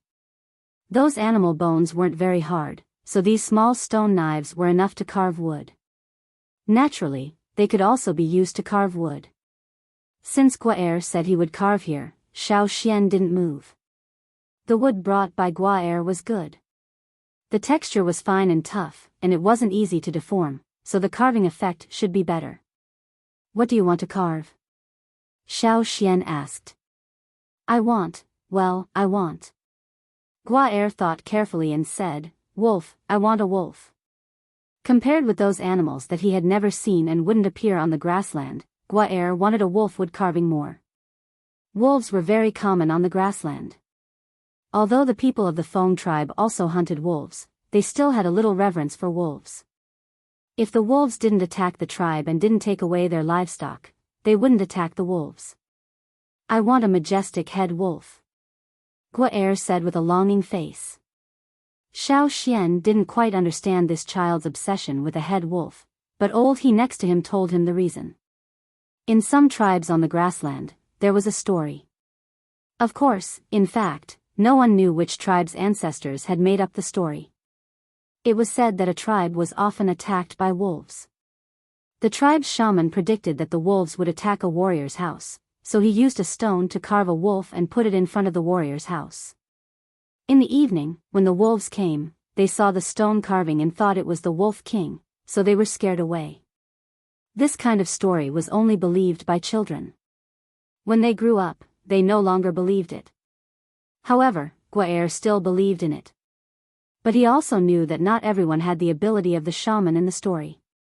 What's more, the wood he brought back was not big, so naturally it couldn't be compared with the wood carving in the story. He just wanted a wood carving like that to satisfy his desire. Wolf. Xiao Xian's first thought was Caesar, who was left in the tribe. After being carved, Caesar was qualified to be the head wolf. Not only did he succeed in his revenge, but he could also fight against the ferocious beasts in the forest. Xiao Xian didn't know how strong he was now. Recalling Caesar's appearance, and his appearance when hunting in the forest, Xiao Xian began to carve.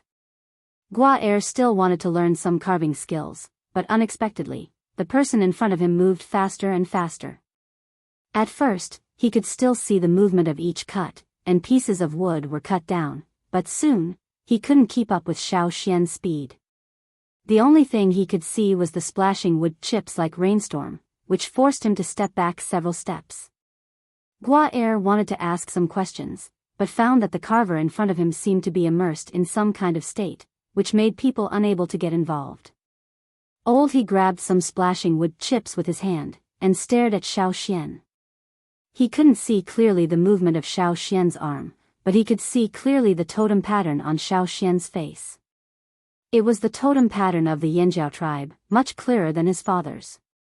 Carving a wood carving didn't necessarily need totem power, but Xiao Xian would naturally use it when he was serious about carving. The stone knives in his hand were not so easy to use. Many times, in order to carve the desired effect more accurately, the strength and speed needed to be controlled well, without the slightest mistake.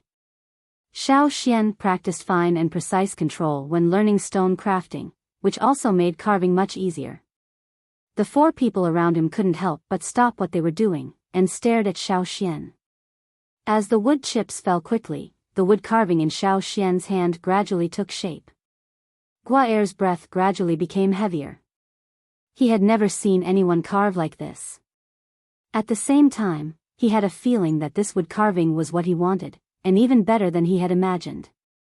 When Xiao Xian stopped carving the stone knife in his hand, he held the wood carving, which had already taken shape but was covered with a layer of wood chips in his other hand, and blew on it.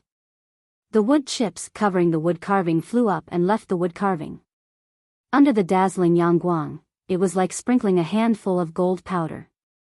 And the wood carving also showed its true appearance. It was a very strong wolf, and the viewers could even feel the strong muscles under the fur.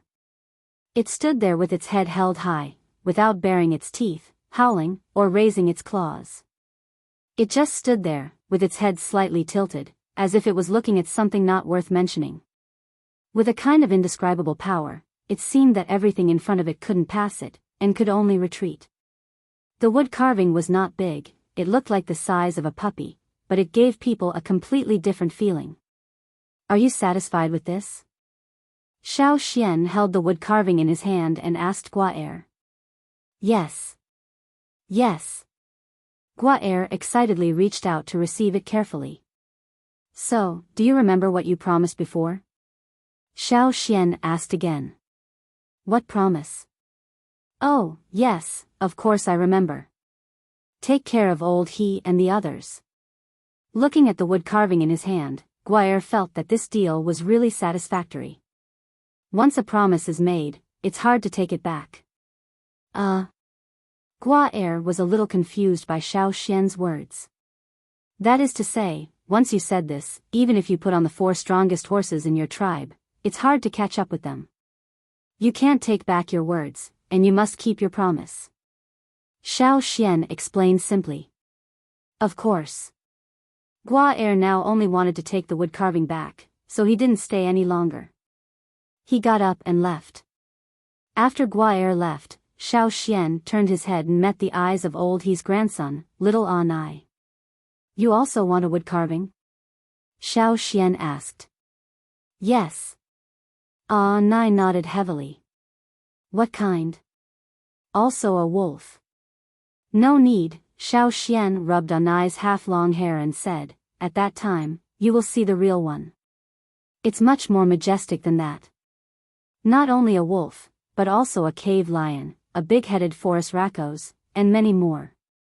Xiao Xian told Old He's family some things about the tribe, and also carved a totem with a stone, a pair of flaming horns.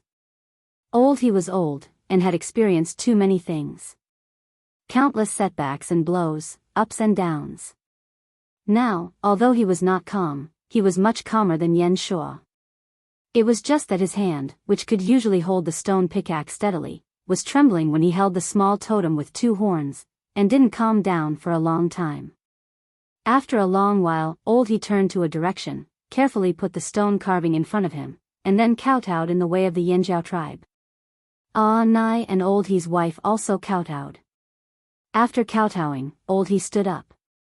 The tribe used to be in that direction, but they left later on. I've never been there. I only know that the old haunt is there. My father told me about it, and my father also learned about it from my grandfather. It was passed down from generation to generation. They said that although the tribe left the old land, the roots are still there. If the tribe still exists, one day, the tribe will return to the old land and rekindle the fire. Xiao Xian, you don't have to look for the lost tribesmen one by one.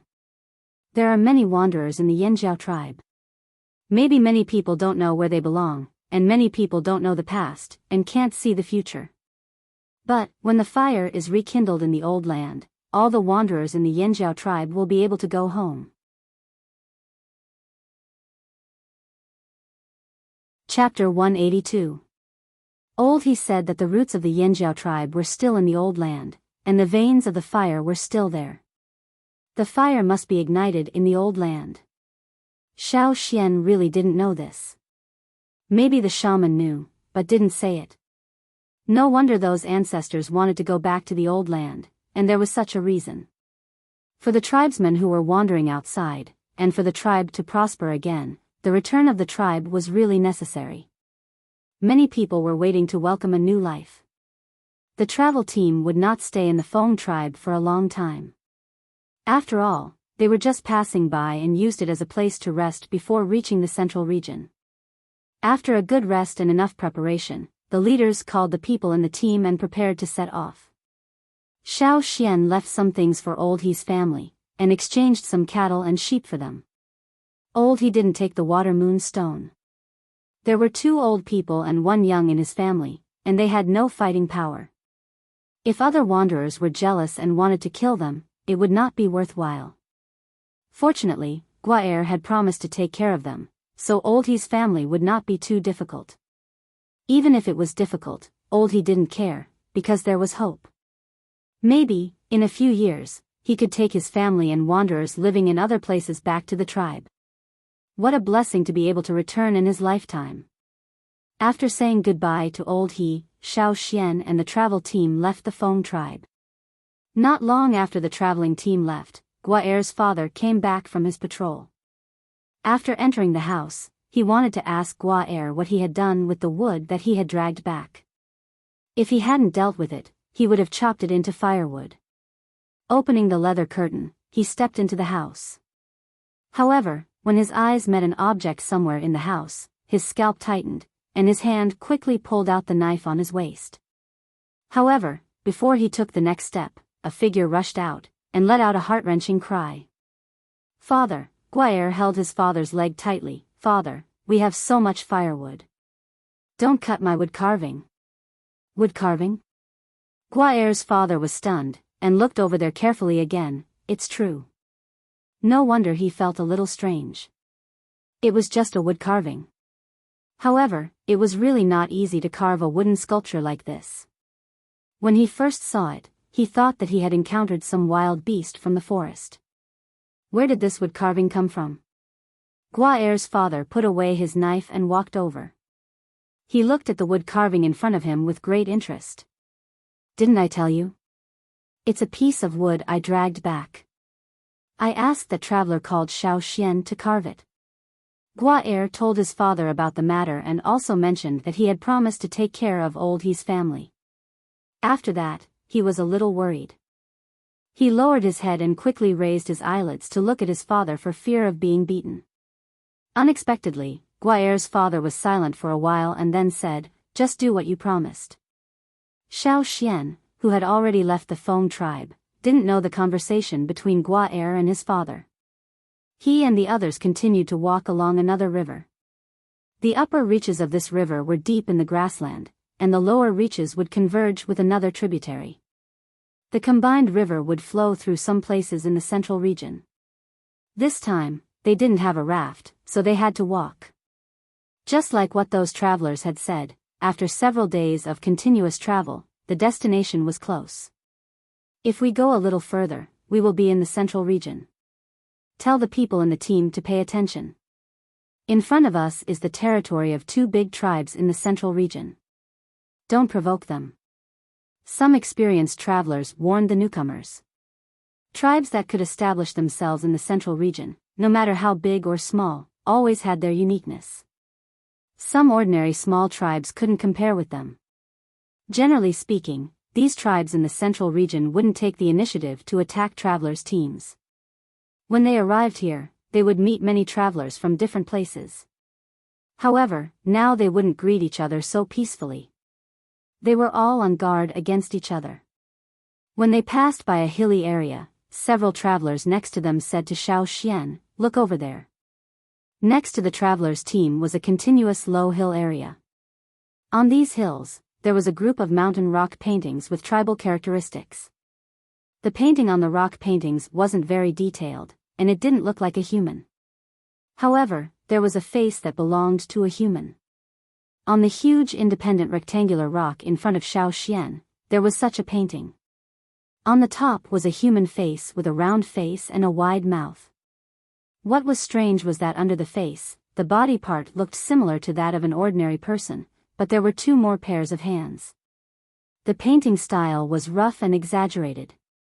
It was like a person with a strange body proportion with 6 hands standing there.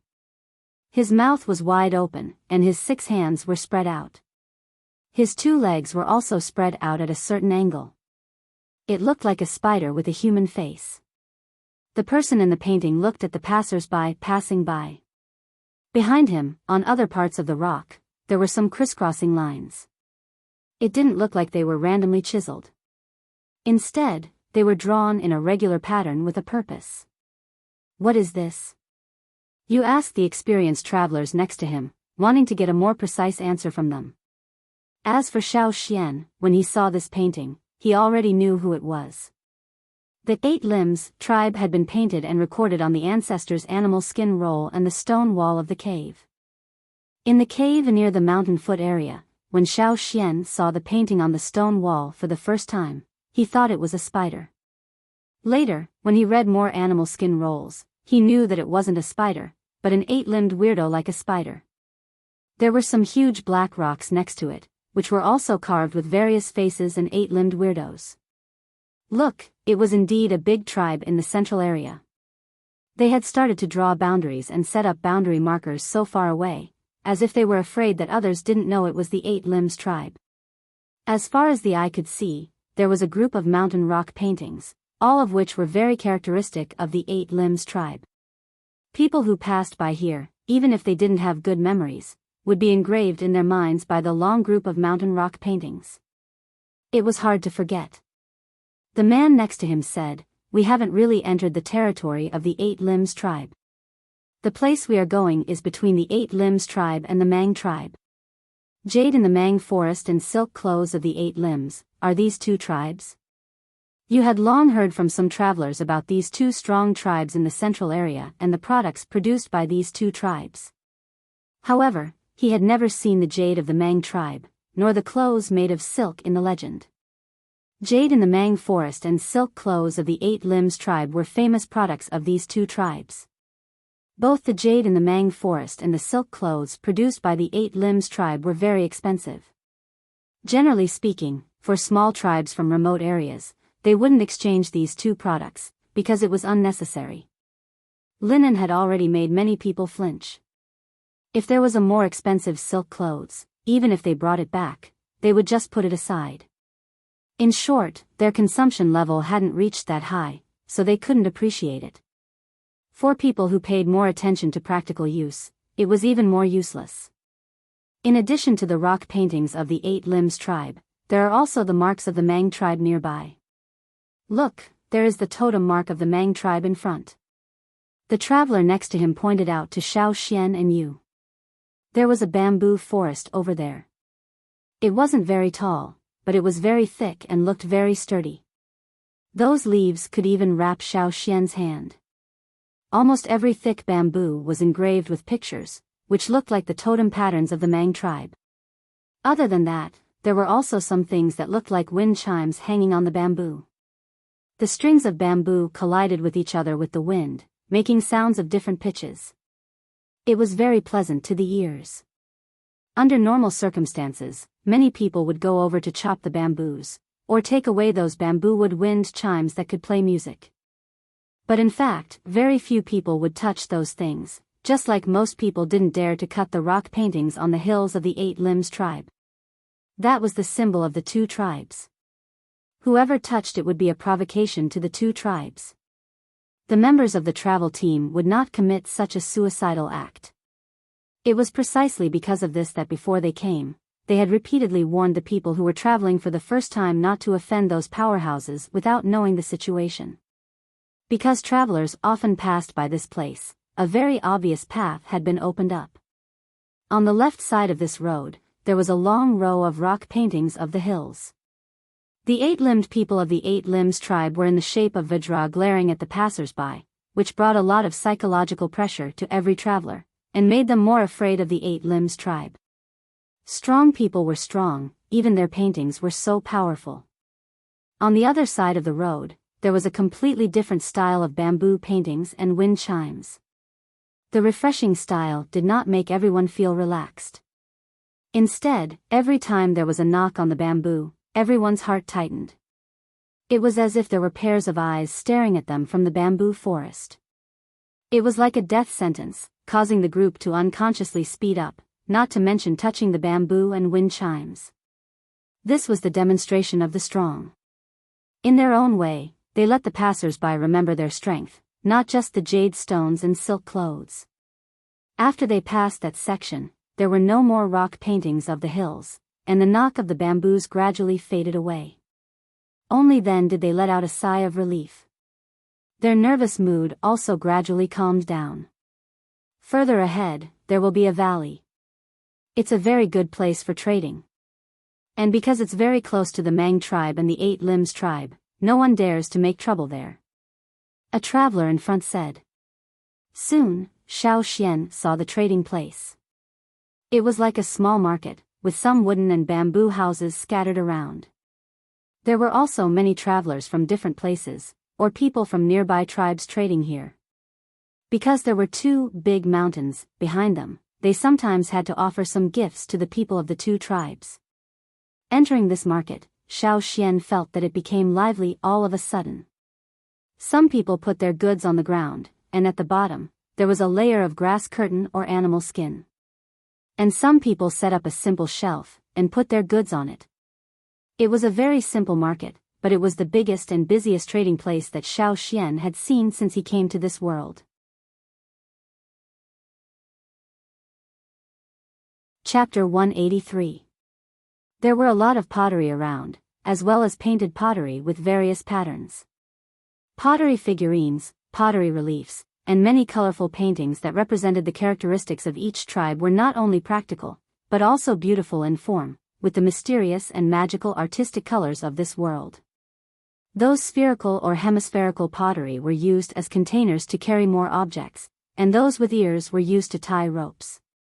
Not only these common objects, but also some more creative pottery, such as some pottery utensils for cooking and drinking, and those small, pointy urns. What's that for? Xiao Xian pointed to the place where some small, pointy urns and funnels were placed, and asked the person next to him. Oh, that. It said that it's used to make wine. The person next to him answered, his eyes full of envy when he looked over there. I heard that those are wine-making utensils. Those people also use those pottery to carry wine, and it's very popular here.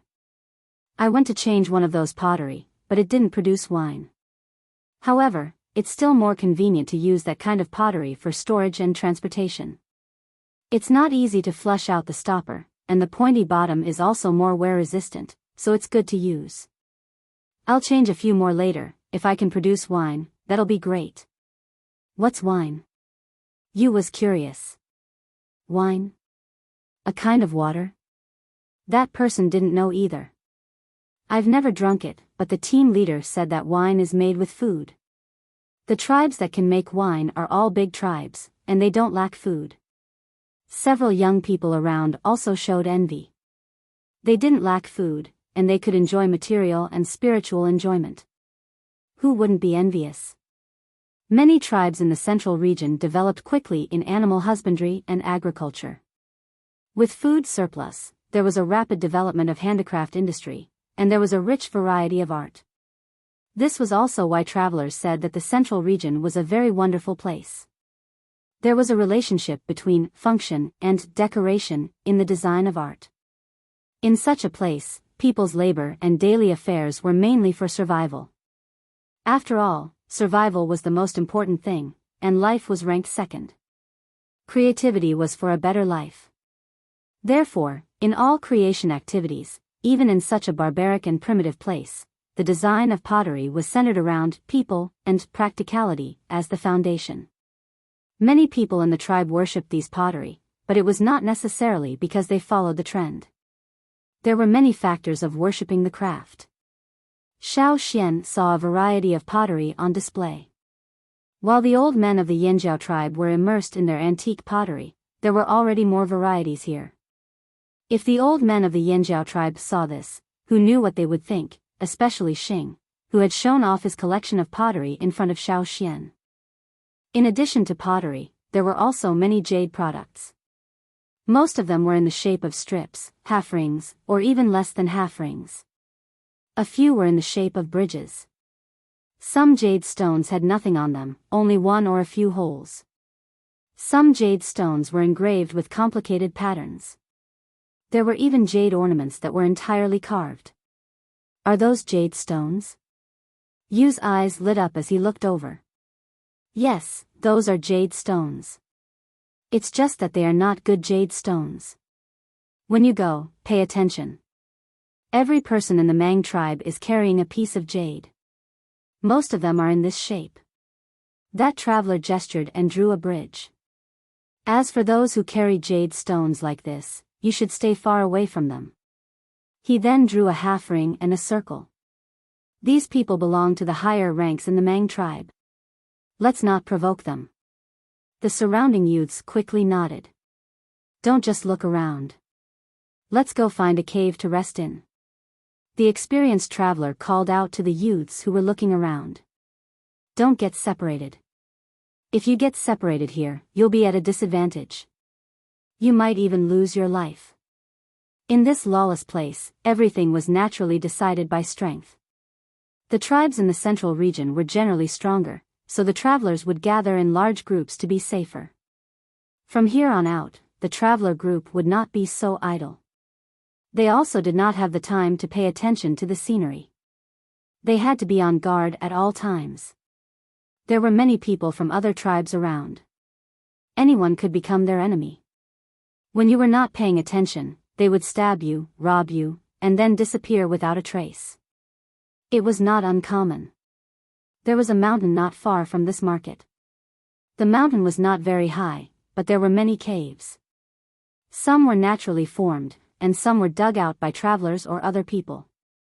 Some were big, some were small. The Mang tribe and the Eight Limbs tribe would not care about the caves here. Whether the people who came to the market could live in the caves depended on their own strength. If they walked a little further, they would enter the territory of the Mang tribe or the Eight Limbs tribe. There were also built houses, which were safer. But if they wanted to live there, they would have to exchange more things. The travelers were not willing to go there.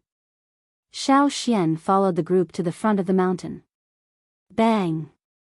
A man who was beaten until his bones were twisted and covered in blood was thrown down from a high place. He died after 2 strokes. But the others around seemed not to have seen it. They were busy with their own things, talking about their own things. The travelers were not surprised.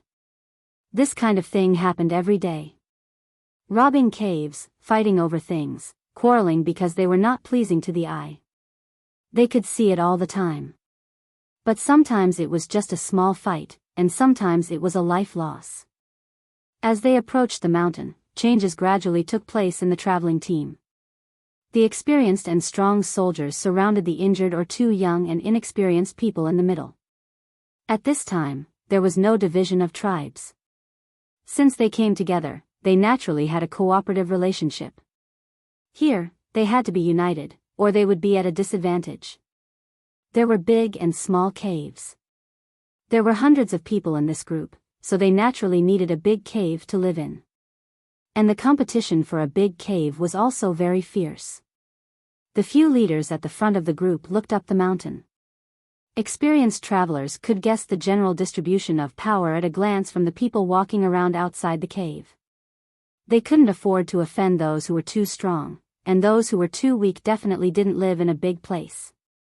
Therefore, they targeted those groups that were not too strong but still had some ability to make a move. Over there. Fan Ning pointed in a direction. The other leaders also nodded in agreement, indicating their own people to follow. A large group of hundreds of people coming over would inevitably attract some attention. Some people had some impression of this group and were more familiar with them. They could guess their style of doing things. And some of the newcomers were asking around. To stand firm in this chaotic place, it was necessary to know yourself and know your enemy. Some of the young people who came here for the first time, the novelty and excitement at the beginning had already been affected by the oppressive gazes and the strange atmosphere around them. They did not even dare to look at those people. Raise your head, don't look like a coward. You're throwing the face of the tribe. Someone in the group said in a low voice. Xiao Xian looked at the other people on the mountain. They all looked like humans. No one had an extra pair of hands or a missing pair of legs. But there were still obvious differences in their facial features and figures. Some people had makeup on their faces, some did not. Their clothing also had different tendencies. With a rough look, one could see that this was really a hodgepodge place. It was Xiao Xian's first time seeing so many people from different tribes in one place. Walking up the mountain a little, the group went straight to a slightly bigger cave. At the entrance of that cave, there were a few people sitting. Seeing the large group going over, they also called out to the people inside the cave to come out. We'll take this cave. A tall and skinny person walked out and said. Oh, Fan Ning continued to lead the group forward. Now, this is ours. Needless to say, the fight had already begun.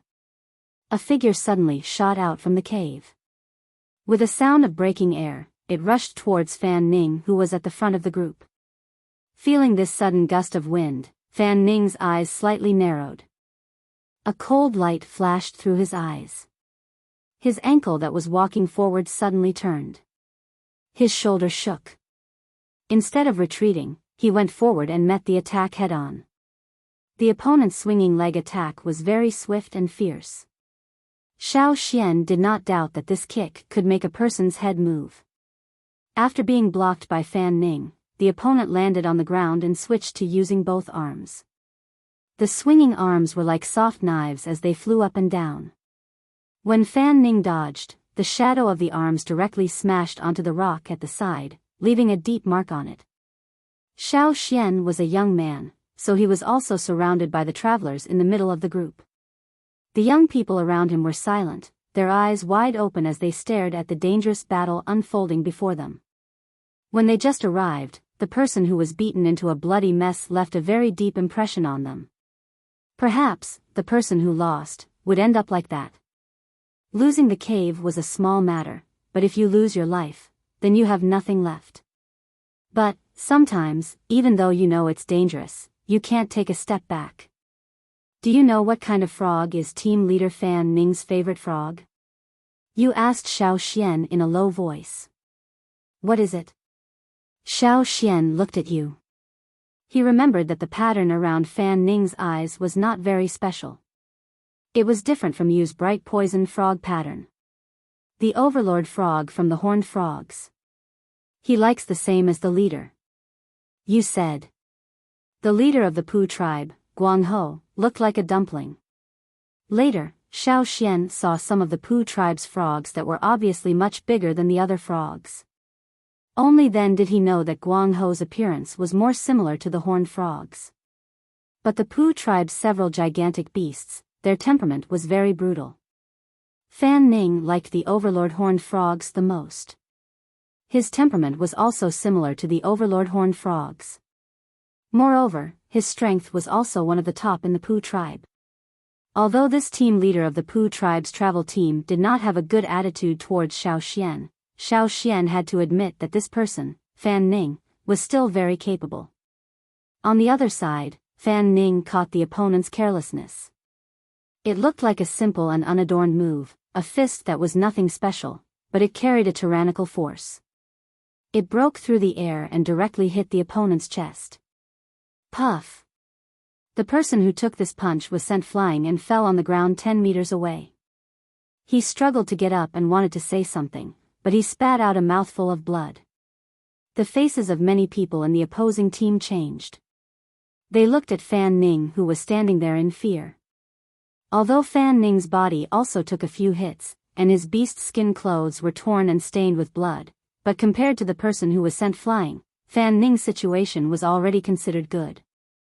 Moreover, Fan Ning was still standing there very calmly. Xiao Xian felt that Fan Ning's punch was actually a little restrained. On the way to the central region, he also saw Fan Ning hunting prey. At that time, he was really ruthless. If he used all his strength in that punch, the opponent would have already died. If he added more strength, the opponent's bones would probably be broken. The other party was helped up, and blood was still flowing from the corner of his mouth. Even if his bones were not injured, the powerful punch just now had caused quite a bit of damage to his internal organs. It was impossible for him to continue fighting. He could feel that even though his bones were not broken, but there were already cracks. If he took another hit, he would be in a much worse state. Everyone rush up and continue fighting? Not worth it. There were still people in the opposing team who wanted to stand up and say something, but after being glanced at by Fan Ning's slightly narrowed eyes with a cold light, they retreated back. Who else? Fan Ning stood there, his line of sight swept across the crowd in front of the cave. Many people did not dare to look directly at his eyes. The tough and tyrannical aura just now, the quick and violent attack, completely broke some people's courage. Even the leader was defeated. Even if there were still many people with decent strength in the team, they could not win in terms of numbers. Looking at the opposing team, each of them was in a good state of mind, especially the leader, who stood there with a fierce face, looking like he could still fight for a few more rounds. Forget it, let's go. They could not win against the leader, they could not win in terms of numbers. They might as well save their strength to look for the next target. The group of people who were originally blocking the entrance of the cave started to pack up and leave. They planned to snatch the cave that they saw yesterday that was slightly smaller than this one. The people in that cave seemed to be easier to deal with. With such a result, Yu gave Xiao Xian a very proud look. Look, our leader is so domineering. At the same time, Yu also thought, worthy of being the one who drew the overlord frog's eye mark. If only leader Fan Ning could have the same brow bone as the leader, then he would really have the look of the overlord frog. Not only Yu, many of the Pu tribe's youngsters were also looking at Fan Ning fervently, their eyes filled with worship. On the surface, Fan Ning had the cold and solemn look of an expert, but in fact, he was also feeling bitter in his heart. If he were to fight again, he would definitely lose very miserably. Those few hits on his body had also injured his internal organs. He was only pretending that he was fine and needed to rest properly. He did not use his full strength in the last punch because he wanted to save some strength to guard against the future. Snatching the cave only needed to intimidate the opponent and force them out. "Let's go in and pack up," Fan Ning said to the others. The group swarmed in. Their group was very big, but this cave was enough to accommodate all of them. Although there was not much space for them to move around, but to be able to occupy a cave here was already not bad. When everyone was happily walking in, a person's voice came out from the cave. "What's all the noise about?" The voice had a bit of leisure and laziness, and even had the sound of yawning.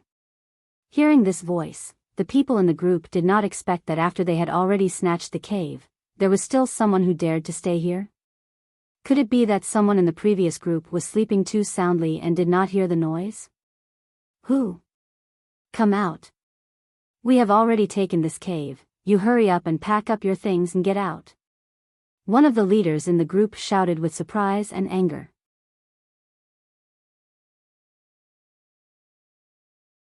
Chapter 184. Tap, tap, tap, the sound of footsteps came from inside the cave. The person inside the cave was walking out step by step. His footsteps were neither fast nor slow, with a hint of carelessness. He was not alarmed by so many strangers at the entrance of the cave. There was no bonfire in the cave. It was pitch black, so at first, the people at the entrance of the cave could not see the person inside. They were only alarmed by the sudden appearance of this person, so they all picked up their weapons and pointed them at the person walking out. In a place like this, even an inconspicuous person could cause you trouble, so you had to be cautious. Near the entrance of the cave, the light became brighter and brighter. The person walking out of the cave gradually revealed his figure. That person looked very young, wearing a linen robe. Although it was a little wrinkled, it could be seen that this linen robe was much better than the one Xiao Xian saw in the Pu tribe. The weave was also more delicate. At the collar, there were some small bamboo pieces that were connected together to form an ornament, making the linen robe not so simple. That person raised his arm and stretched. The light at the entrance of the cave was a little dazzling. He grabbed his messy hair with one hand and looked at the person standing at the entrance of the cave. Another person? You are?" The few leaders at the front of the group looked at him and asked. "This cave is ours. Get out of here." There was a younger person next to him. He originally wanted to grab a better position in the cave, but when he started, he was shocked by the noise from inside the cave. As a result, his position was taken by the person behind him. Now he was not in a good mood, so his tone was naturally a little harsh. But he did not notice that the arrogant tone of the leader of his group had become much gentler. He also did not notice that some of the more experienced travelers in the group suddenly changed their expressions. Seeing that the other party did not answer, he was about to say something, but his mouth was covered by a few older people next to him and he was dragged into the group. Xiao Xian looked at the person who walked out. He knew that although linen had become popular in the central region, there were many people wearing linen in the bazaar. However, the linen on the person who walked out was much better. He even wore well-polished bamboo ornaments. Most importantly, there was a piece of jade hanging from his waist. The experienced people in the team had said that in the Mang tribe, almost everyone had a piece of jade. However, some of them had a very small arc, while others had a half circle or even a circle. It could be said that in the Mang tribe, status was related to jade. However, the young man in front of him had a piece of jade that had a 240-degree arc on his waist. Although there were no engravings on the jade, there were some clear green lines like bamboo. It could be imagined that this person was not a nobody. Although they did not know why this person was sleeping in the cave, they could not afford to offend him. This was what the leaders thought at the same time. That person seemed to casually glance at the team of travelers and said, "I have already slept well. You can go in." No one in the team walked in, but following that person's footsteps, the team that was blocking the entrance of the cave quickly made a path for him. Some young people who did not know what was going on were pulled away by the older people around them. With no one blocking the entrance of the cave, more light from outside the cave shone in. This also allowed everyone to see the strange young man more clearly.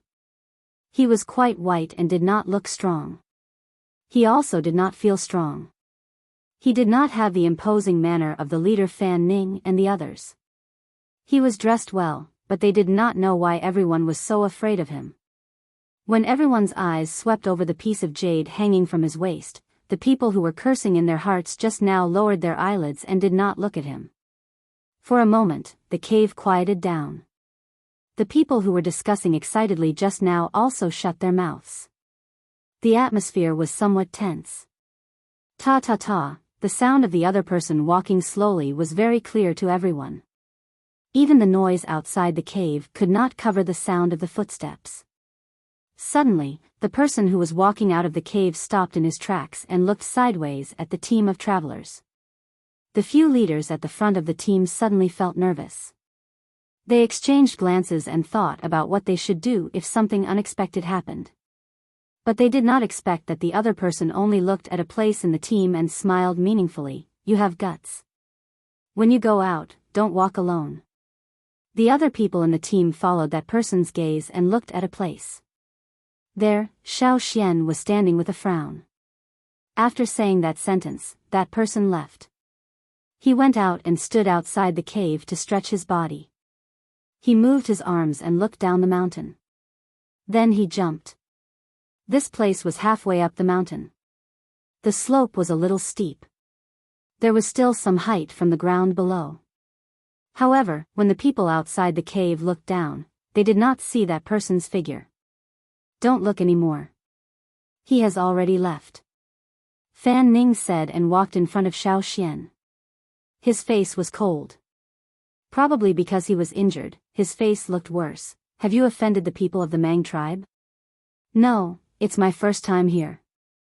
I have never seen anyone from the Mang tribe before. Xiao Xian was also puzzled. That person only spoke halfway. How could he know what he was talking about? It's best that you haven't offended them. Fan Ning snorted heavily. Because of this snort, it affected the injury in his body. He coughed a few times and almost coughed up blood. But in order to maintain his face and stabilize the morale of the team, he swallowed that mouthful of blood back. Let's clean up the cave. A leader in front said. Worried that there would be other people in the cave, they lit a fire and walked in with torches. They checked carefully, took out some rubbish and threw it outside. Then they found a place to rest. After rushing for such a long time and arriving at the central region, they had been tense. Now that they could finally get a cave, they really needed a good rest. Some of the injured people also needed to recuperate. Xiao Xian, Yu, and a few others also found a place to rest. They lit a small fire and roasted the meat they brought.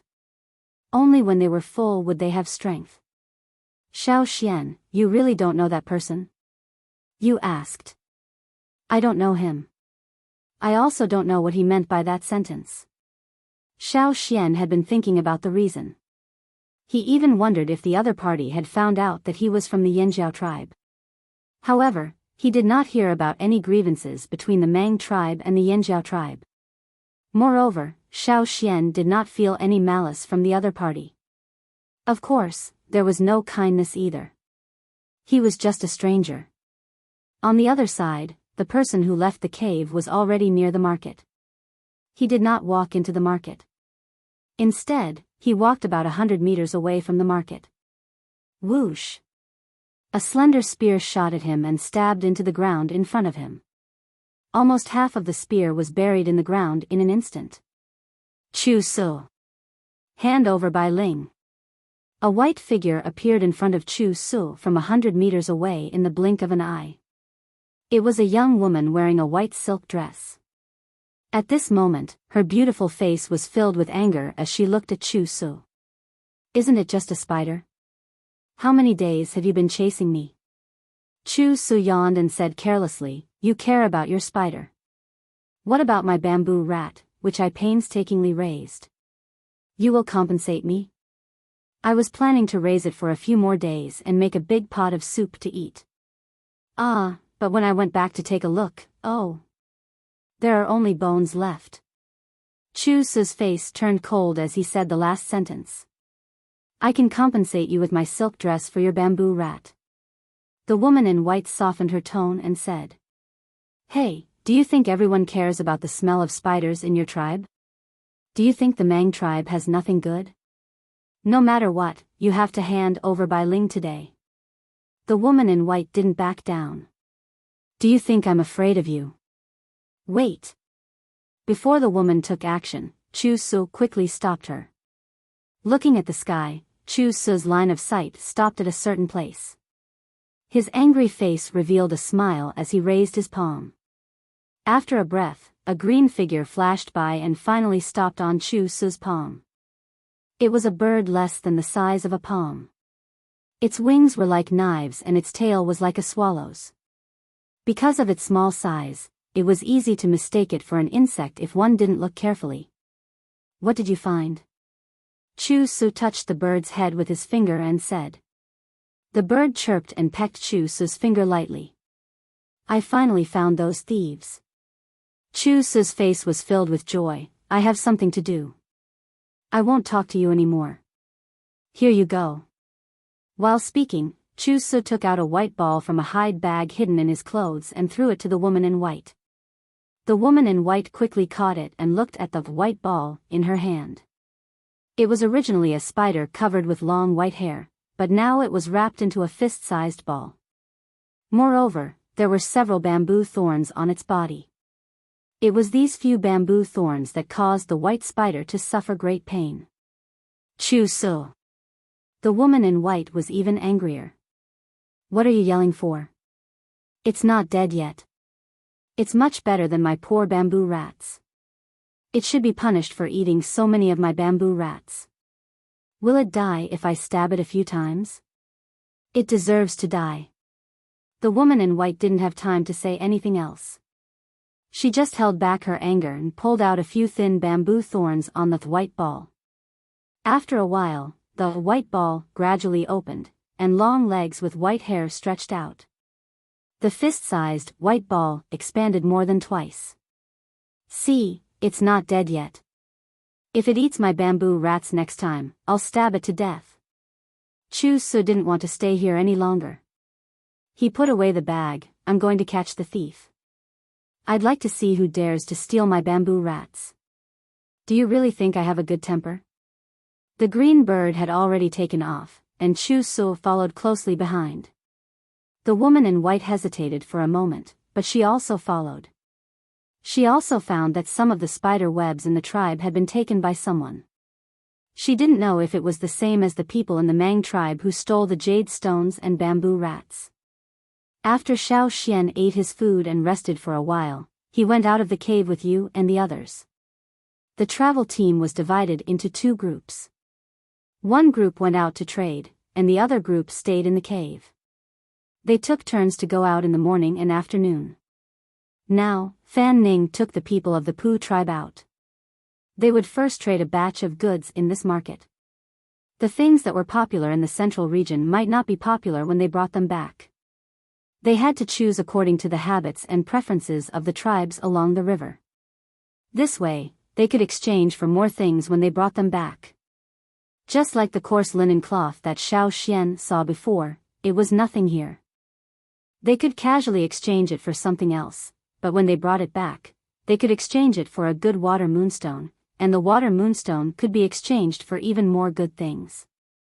Because there was no unified currency, the transactions that Xiao Xian saw were all kinds of strange items. Sometimes the buyer would take out something that the seller didn't like, so the transaction wouldn't be successful. The things that you took out from the frogs were more popular, so the transaction went smoothly. The drumming tribe's water moonstones were even more successful. If there were enough of them, Xiao Xian felt that the drumming tribe's water moonstones could be used as a unified currency. No matter which tribe the seller came from, if Xiao Xian wanted to trade with the other party, he could take out the water moonstone and succeed. No wonder the people of the Pu tribe were so excited every time they saw the people of the drumming tribe. The water moonstone was too versatile. One level higher than the water moonstone was the jade of the Mang tribe. It was also versatile in transactions, but it was much more expensive than the water moonstone. Xiao Xian had no interest in linen and pottery, but the jade from the Mang tribe had a calm and peaceful atmosphere. Maybe it had other uses for the totem warriors, but Xiao Xian felt that he didn't need it. He didn't have enough money, so he shouldn't have any ideas about the jade. Xiao Xian was walking with Yu and the others in the market when a square-faced man came up to them. "Do you need jade?" The man quickly glanced around, as if he was on guard against something. Then he pulled the loose sleeve of his animal skin clothes. Xiao Xian saw a few pieces of jade in the other sleeve. Jade? Yu was a little confused. He was actually very curious about jade, but the others in the tribe said that jade was not cost-effective, so the people of the Pu tribe basically didn't trade jade. "Forget it, I don't have anything to trade for jade. If I trade for jade, I can't trade for other things." Yu refused. The other people of the Pu tribe also had the same idea, only Xiao Xian seemed to be hesitating. "This jade, how to trade?" Xiao Xian asked. "I saw that the white stone you took out just now is not bad, let's use that. But, it's too eye-catching here, let's go over there." The man pointed to a place. "Xiao Xian, we'll go with you," Yu said. He heard that this kind of transaction in the market was very dangerous, and many times they moved in groups. After thinking about it, Xiao Xian said to Yu and the others, "No, you guys go ahead first, I'll catch up after the transaction. I'm very interested in jade, I want to look at it for a while." Yes, we have a lot of different types of jade, some of them are carefully carved," the man quickly said. "You really don't need us to go with you?" An older man next to Yu asked Xiao Xian. "I really don't need it, thank you." "Okay." Some transactions in the market may involve some personal secrets. The elder of the Pu tribe did not say anything more, and continued to walk forward with Yu and the others. When Yu and the others walked away, Xiao Xian said to the jade trader, "Let's go, but I think that place is good." Xiao Xian pointed to another place, "There are less people there." "That place is also good." The man walked beside Xiao Xian, slightly half a step behind, under the loose animal skin clothes, his finger made a gesture. After leaving the market for some distance, Xiao Xian stopped. In front of him, on his left and right, there was a person, and behind him was the jade trader in the market. Xiao Xian turned to look at the jade trader. The trader was smiling at first, but now he was smiling too.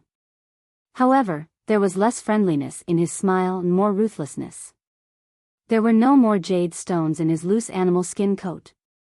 4 people encircled Xiao Xian in the middle, and the encirclement gradually narrowed. "Kid, hand over the things," the man in front said. Xiao Xian did not say anything, nor did he show any panic. "Don't hide it, we know exactly what you have on you. But you have guts, with such precious things, you dare to come with me alone." The jade trader's eyes flashed with a greedy light. Precious things? Xiao Xian thought for a moment. He had many precious things on him, such as the insect skin clothes, those special silk threads, the drumming tribe's water moon stones, and the fire crystals. Xiao Xian's eyes flashed. He remembered what the man in the cave said, "You have guts. When you go out, don't go alone."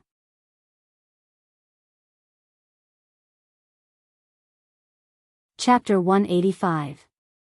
A wasp the size of a thumb was circling around one of them. Xiao Xian had heard from some people in the team that there were some people who specialized in finding treasures. They would raise some animals that could find treasures. Those animals were very sensitive to objects with special energy, such as the fire crystal. With the help of these animals, the success rate of the treasure hunters would be greatly increased. Now, the strange-looking bee that was flying around one of them should be the so-called treasure-hunting bee. "What do you want?" Xiao Xian asked. "Don't pretend. I know you have the fire crystal. Or, if you can give us more things, we can let you go, otherwise." The man in front of Xiao Xian said fiercely. Sure enough. Xiao Xian thought. So, the man in the cave could also sense the fire crystal?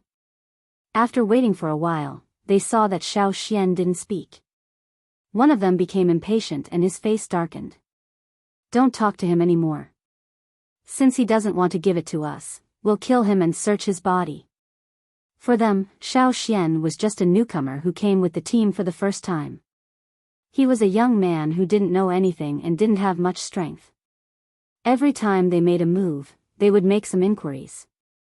Before this, after the treasure hunting bee found the fire crystal, they pretended to be traders in the market and talked with the traveler team. They knew that this guy named Xiao Xian was alone and didn't belong to any of the tribes in the traveler team. They had never heard of the Yanjiao tribe. It was probably a small tribe in a remote place. They didn't need to care about it. It didn't matter if they killed people from such a small tribe. They had even plotted against people from some tribes in the central region, let alone a young man from an unknown tribe. As long as they were not from the Mang tribe, Eight Limbs tribe or other powerful tribes, when it was time to attack, they would attack mercilessly. There were no other people walking around. The four of them surrounded Xiao Xian. One of them had a ferocious smile on his face. The muscles on his face and other parts of his body that were not covered by clothes were squirming and bulging strangely. Although they did not inflate like the people of the drumming tribe, they still gave off a very strong feeling. At the same time, some lines appeared on his body. This was a totem warrior with rich experience in robbing. He had a strong murderous aura. Many people who came to the market to trade had been killed by him. His bulging muscles and the obvious totem patterns on his body made him look even more ferocious. He opened his mouth and roared at Xiao Xian. That roar sounded like several wild beasts roaring at the same time. It was an obvious threat. If it was in the past, those people who were stopped by them would have already lost their heads out of fear. Their faces would be filled with fear, and they would even promise to take out even more treasures in exchange for their lives. Of course, in the end, they took the treasures and their lives. Chu Su stood quietly behind a few short trees about 100 meters away, looking at the 5 people over there. He came here with the cyan bird, but he did not expect to see such a scene. TSK, I kindly reminded him, but he still came out alone. So, this person is stupid. He deserves to lose his life. Chu Su whispered. Beside him, the woman in white stood there, holding a furry spider in her arms. She frowned slightly and looked at the 5 people over there. She was not interested in the affairs of those small tribes. The reason why she followed Chu Su here was to see if they had anything to do with the people who pulled the spider silk. They are the thieves?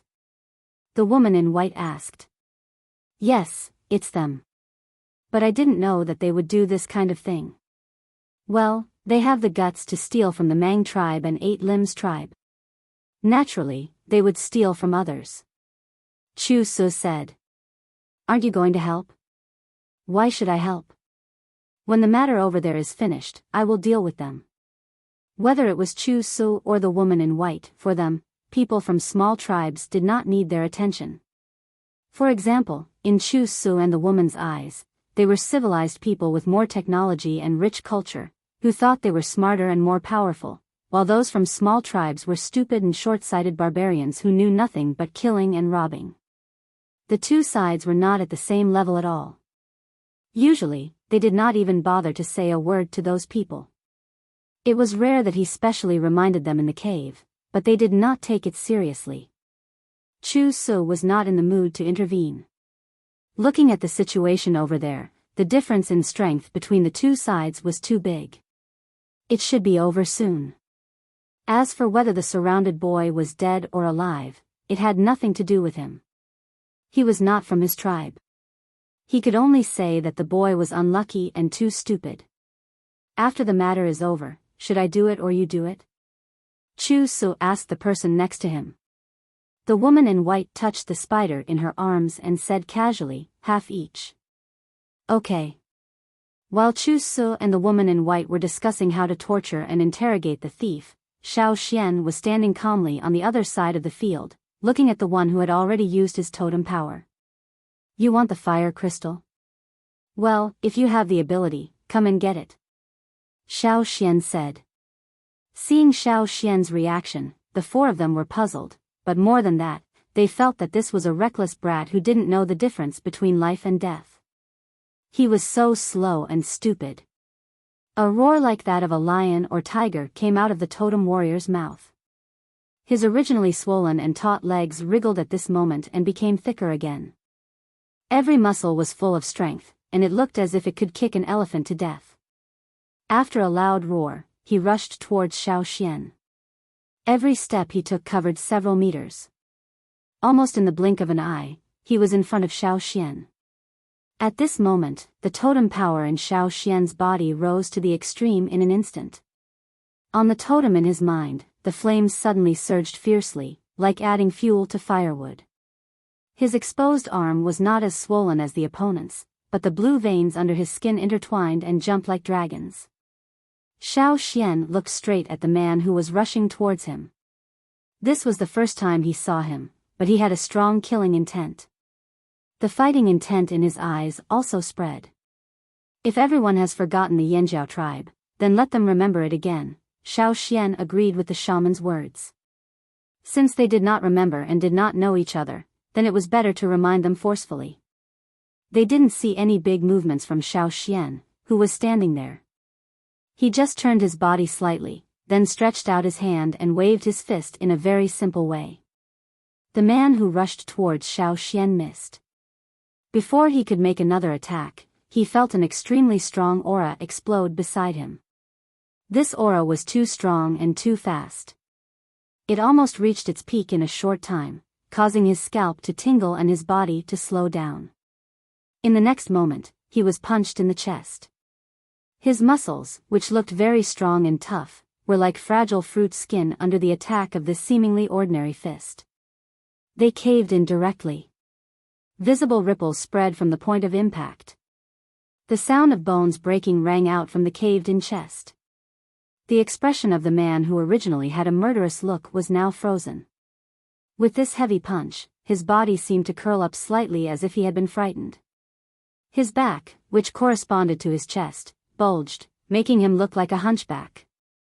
A large amount of blood spurted from his mouth. His whole body flew out directly, then fell heavily on the ground 20 meters away and stopped moving. A gust of wind blew by. The fallen leaves in the forest not far away were blown over by the wind. The sound of the leaves rubbing against the ground could be heard clearly at this moment. The surrounding atmosphere seemed to have frozen. For a moment, no one said a word. Chu Su and the woman in white, who were standing behind the bush, looked over with wide eyes. Their eyelids twitched, as if they could not believe what they were seeing. Just a moment ago, Chu Su was still discussing with the people beside him how to torture and interrogate the thief later. He did not care about the situation over there at all. Moreover, they had already sentenced Xiaoxian to death and expected the whole process to be completed in a very short time. Now, it was over there very quickly. However, the killer and the victim were directly reversed. How could the people who could steal, rob, and kill in this place be easy to deal with? However, that ferocious-looking strong man was killed by that harmless-looking boy with one punch. Chu Su himself was not sure if he could do that. Not only Chu Su, but even the woman in white, who had always been dismissive of those unknown small tribes, was also stunned at this moment. She did not even know that she was plucking the white hair of her beloved pet white-haired spider. Her eyes were fixed on that figure over there. Chu Su, are you sure that he is just a person from a small tribe? The woman in white asked. Which person from a small tribe could have such power at such a young age? Moreover, the other party's control of the totemic power was extremely precise. In a very short period of time, it had soared from nothing to the peak. Although they were still some distance away, she could clearly feel the huge change in that instant. It was as if a ferocious beast had suddenly appeared there and disappeared in the next moment. There was no buffer time. Everything was completed in that short moment. If the other party was really from a small tribe, then, that young man should be called a monster in their tribe. Not hearing Chu Su's answer, the woman in white asked again, that person, which tribe is he from? Chu Su swallowed his saliva. I don't know. He just ran to the cave where the travelers rested to avoid trouble. People with a bit of eyesight would not provoke him. During the time when he was sleeping, the people in the cave had changed two groups. He really did not know which group was from which tribe, and he did not want to know at that time. Usually, he ignored the travelers and the people from small tribes. Who knew that he would see such a thing today? The woman in white looked at Chu Su expressionlessly. Idiot.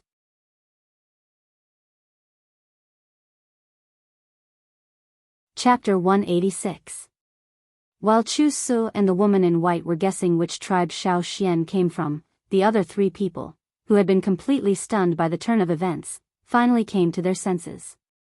They had just witnessed with their own eyes how their companion had been killed by this seemingly harmless kid in front of them with one punch.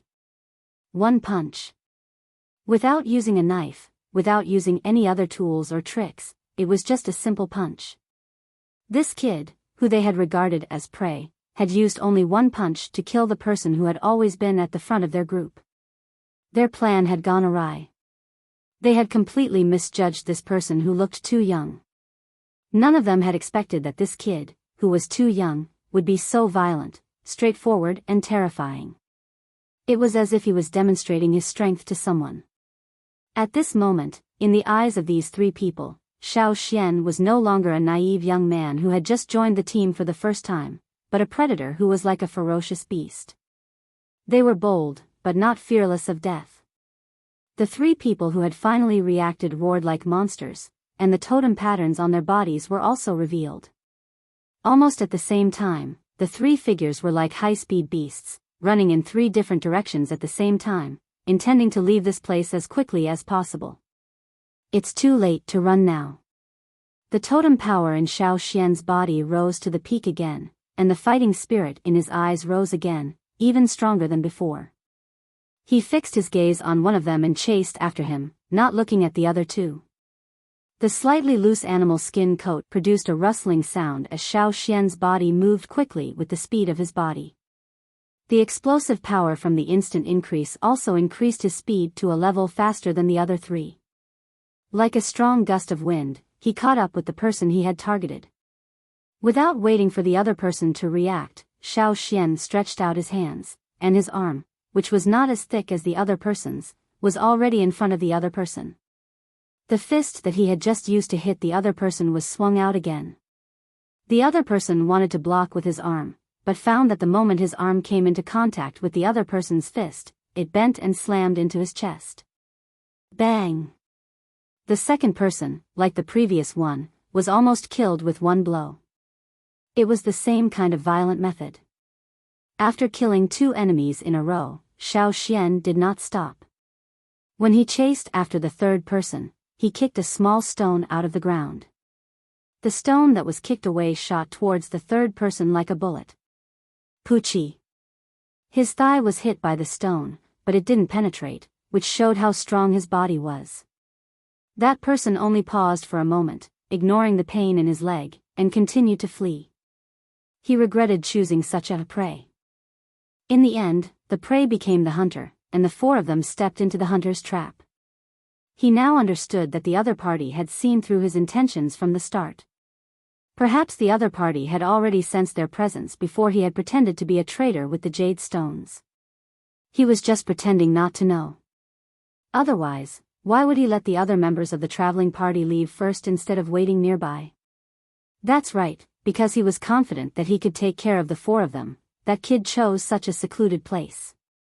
The four of them pitifully thought that the other party was an idiot. He knew that Xiao Xian was fast, but he still underestimated Xiao Xian. Just as that person was about to run out of the forest, a leg that was not as thick as his swept towards him, bringing with it a whooshing sound, like those ferocious beasts pouncing on their prey in the forest. Bang! The person who was swept by that leg flew back over 10 meters and fell to the ground.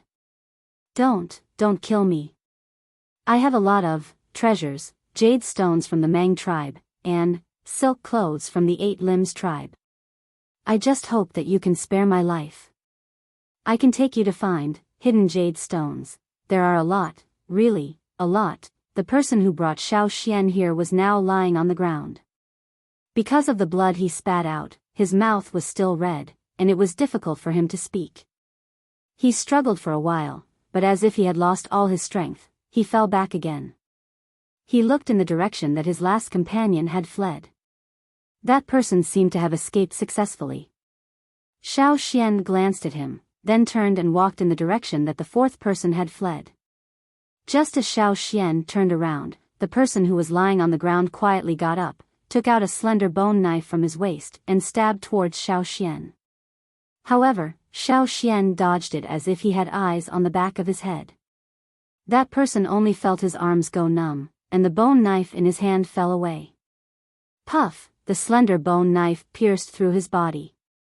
That person made a meaningless sound from his throat, looked at Xiao Xian in disbelief, and then knelt on the ground. Xiao Xian looked at the person in front of him, lifted his foot, and stomped down. Bang! The ground under Xiao Xian's feet, with his feet as the center, suddenly caved in, forming a circle with a diameter of nearly 2 meters and a depth of a palm. Chu Su and the woman in white, who were standing behind the bushes, felt as if their hearts had been violently shaken, just like the ground. The white-haired spider nestled in the woman in white's arms had all its hair standing on end, and it was trembling.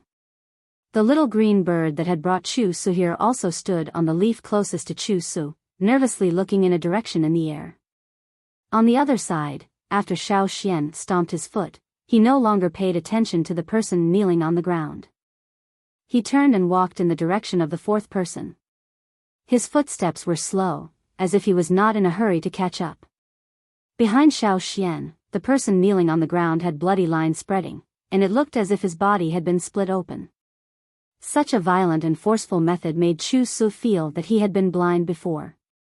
How could he have thought that this young man was an idiot who did not know anything? In fact, he was the idiot, right? He did not even recognize such a powerful person. However, there were 4 people who had surrounded him before. Now that the boy had killed 3 of them, it was obvious that he could not catch up with the 4th one, so he was walking so slowly. Just as he thought about it, Chu Su saw the little green bird hiding in his arms. What's wrong? Chu Su was puzzled. The little green bird hiding in his arms looked up at a certain place in the sky, as if it was very afraid.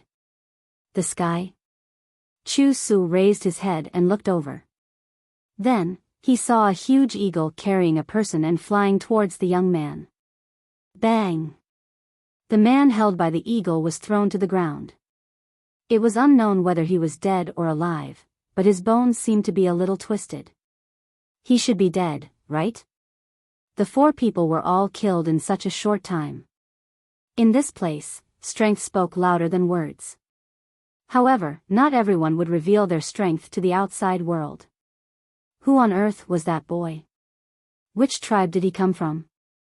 Chu Su and the woman in white both thought that they should go back and ask people to investigate carefully.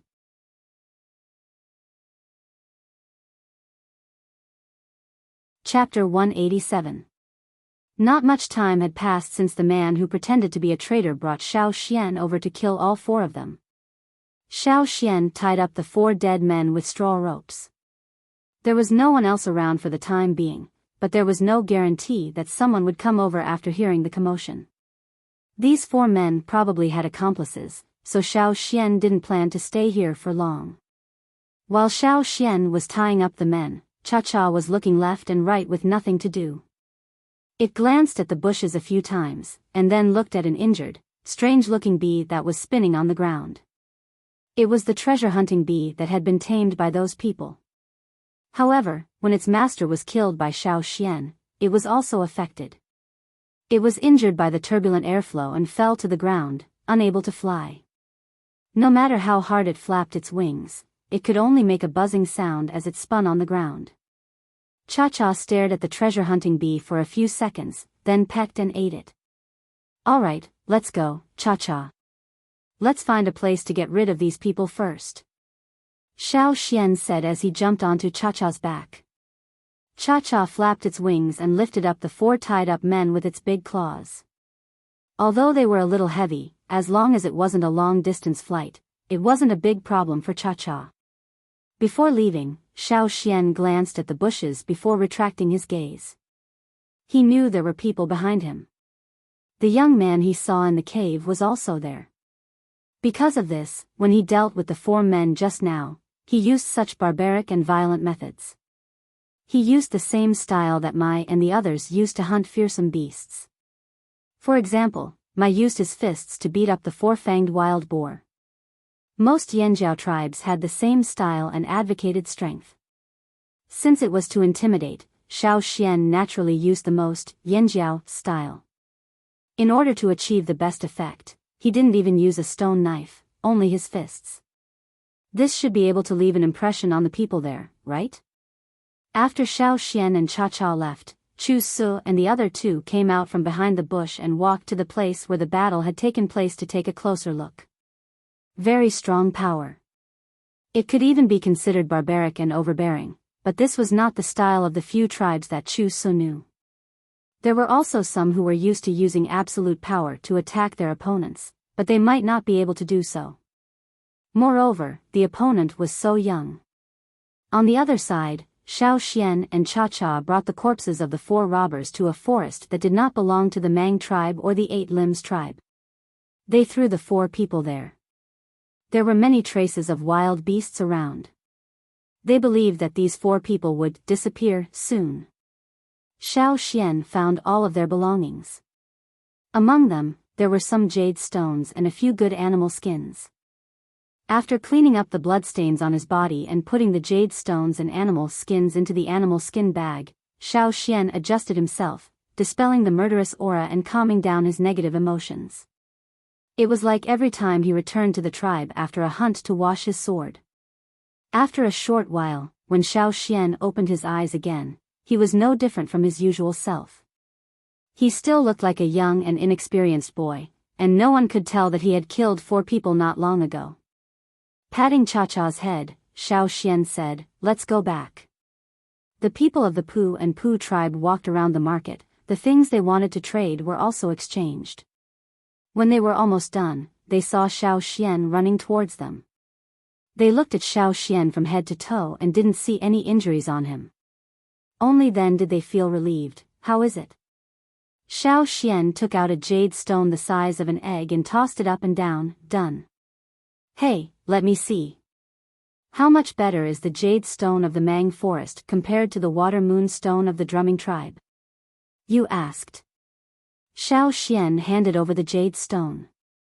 This was only one of the jade stones he found from the 4 people. It contained less energy, but it was very peaceful. When the time came, Xiao Xian and the others returned to the cave, and another group of people went out. However, the people who went out were not familiar with Xiao Xian. Therefore, when Chu Su asked people to inquire about Xiao Xian, they did not get any useful information. 2 days later, the group of travelers began to prepare to leave. This was the last day that they could hang around the market. If they wanted to trade, they had to hurry up. After this market, they would probably have to wait until next year before they could come again. Xiao Xian came to an old wine cellar. He exchanged for a bamboo bottle of wine and tasted it. The alcohol content of the wine was not high. It was very light and had a refreshing taste with medicinal properties. Because it was stored in a bamboo bottle, it emitted a bamboo fragrance. However, it still couldn't compare to the juice of the plants on the other side of the river. When Xiao Xian drank, he also talked with the old man. In his previous life, he used the grapes in his yard to make wine. The old man was from the Mang tribe.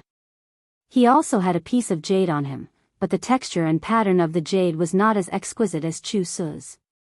It was also not as big as Chu Su's jade. He didn't have a high status in the Mang tribe, but in the market, some people who liked to blackmail and rob didn't dare to have any ideas about him. The old man was a little arrogant, but when he talked with Xiao Xian about making wine, he became very enthusiastic. This was a person who was very enthusiastic about making wine. When talking about his favorite things, he didn't have the same attitude as before. He asked Xiao Xian to sit there and took out several kinds of grain wine for Xiao Xian to drink. When Xiao Xian talked with the old man, he also figured out the function of the pottery tools. If the soil in the Yanjiao tribe wasn't suitable for pottery, they wouldn't have used stone for everything. While they were talking, a person came to the old man's booth. "Hey, you!" The old man was annoyed when he was interrupted while talking with Xiao Xian. He was about to scold the person, but when he looked up, he saw a piece of jade hanging on the person in front of the booth. He swallowed his scolding and put on a smile. However, the person in front of the booth didn't pay attention to the old man. He said to Xiao Xian, "Hey, come here. I have something to tell you." Xiao Xian ignored him and continued to drink the wine in the bamboo tube. Seeing Xiao Xian's attitude, Chu Su wanted to scold him, but after thinking for a while, he walked over. When he saw the old man next to him, he waved his hand. The old man smiled and stepped back a few steps to stay away from them. After the old man left, Chu Su lowered his voice and said to Xiao Xian, "Are you interested in seeing what happened to the people who robbed you that day?" Xiao Xian thought for a while and stood up from the ground. "Where?" Xiao Xian wasn't interested in those robbers. What he wanted to see was how the people of the Mang tribe dealt with those people. How strong were the people of the Mang tribe? After talking to you and the others, Xiao Xian left with Chu Su and went to a mountain a little further away from the market. That place didn't belong to the Mang tribe or the Eight Limbs tribe. In front of a wooden house on the mountain, a dozen people were gathered. The leader was a tall and strong man with a face full of curly hair. He took a few gulps of water from a clay pot, then swung his hand and smashed the pot on the ground. Bang! The clay pot was smashed into pieces in an instant. "Haven't you found them yet?" the curly-bearded man asked. His eyes were as sharp as knives as he glanced at the people around him. The person closest to the curly-bearded man trembled and said carefully, "Not yet." Even the treasure-hunting bee didn't come back. The curly-bearded man's tone was very dangerous. He seemed to be suppressing his anger. The treasure-hunting bee that he had trained with great difficulty was taken away by those four good-for-nothings. They said they found the fire crystals, but what happened? They didn't find any fire crystals. The four of them disappeared together with the treasure-hunting bee. They were probably all killed by the killers. When he sent people to look for them, they only found blood in one place. If those four people didn't come back, they probably wouldn't be able to. Big brother, could it be that the people of the Mang tribe or the Eight Limbs tribe found something? A person said with fear. Could it be that they know we stole it? Another person said worriedly. In that case, we have to move. Someone suggested, if we wait for them to find us, we won't have much chance to escape. Listening to his subordinate's words, the curly-bearded man became angrier and angrier. His eyes turned red and he punched the stone table in front of him. The air rippled and the stone table was broken into small pieces in the blink of an eye. Stone powder flew everywhere. Behave yourselves today. Don't be targeted. After a pause, the curly-bearded man took a deep breath. Pack your things. We'll leave tomorrow. As soon as he finished speaking, there was a whooshing sound coming from all directions. Thin and hard bamboo thorns shot at the people gathered there like rain. Those who reacted fast had already started to resist with the tools in their hands. Those who reacted slowly were directly shot into hedgehogs. However, even if they were shot like this, they didn't die. They still had consciousness, but they couldn't move. If they moved their muscles slightly, they would feel pain all over their body. And every time they moved, their blood would flow out along those bamboo thorns. Such thin and hard bamboo thorns could only be made by those special bamboos in the Mang forest. People of the Mang tribe. At this moment, without the curly-bearded man's words, the people around scattered and rushed in all directions, hoping that the encirclement there would be weaker and give them a chance to escape. However, before they could run far, they were all tied up by the thin threads. Before they could struggle, they were knocked out or killed directly. Those who wanted to rush out of the encirclement with speed were cut into pieces by the thin threads when they passed between two big trees. Xiao Xian could still hear the sound of the strings breaking. The threads cut through the people, but they also broke because of the fast and strong impact. Not only the Mang tribe, even the people of the Eight Limbs tribe came. A sense of despair rose in the hearts of everyone who was surrounded. But they didn't understand why the Mang tribe and the Eight Limbs tribe would unite to treat them so seriously. They had only stolen a few pieces of jade that were not of good quality, and they had only taken 2 strands of spider silk. Could it be that because of this, they had incurred the wrath of these 2 large tribes? When the curly-bearded man was escaping, he was also tied up by some thin threads. He roared, and the muscles covered by the black totem patterns on his body suddenly jumped, as if they were ready to attack. Another roar, like a volcano that had been accumulating power for a long time, suddenly erupted. The dense sound of the strings breaking sounded, and he actually broke free from these thin threads. Although there were some cuts on his body, it didn't affect him much. However, just when he broke free from the threads, he heard the slight sound of the wind being cut diagonally behind him. The curly-bearded man instinctively felt the danger, especially at his neck. He suddenly felt a chill. This sudden change shocked him. Obviously, the people who found them this time were not simple people from the Mang tribe. They wanted to completely encircle and annihilate them, and even kill them. They didn't mean to show mercy at all.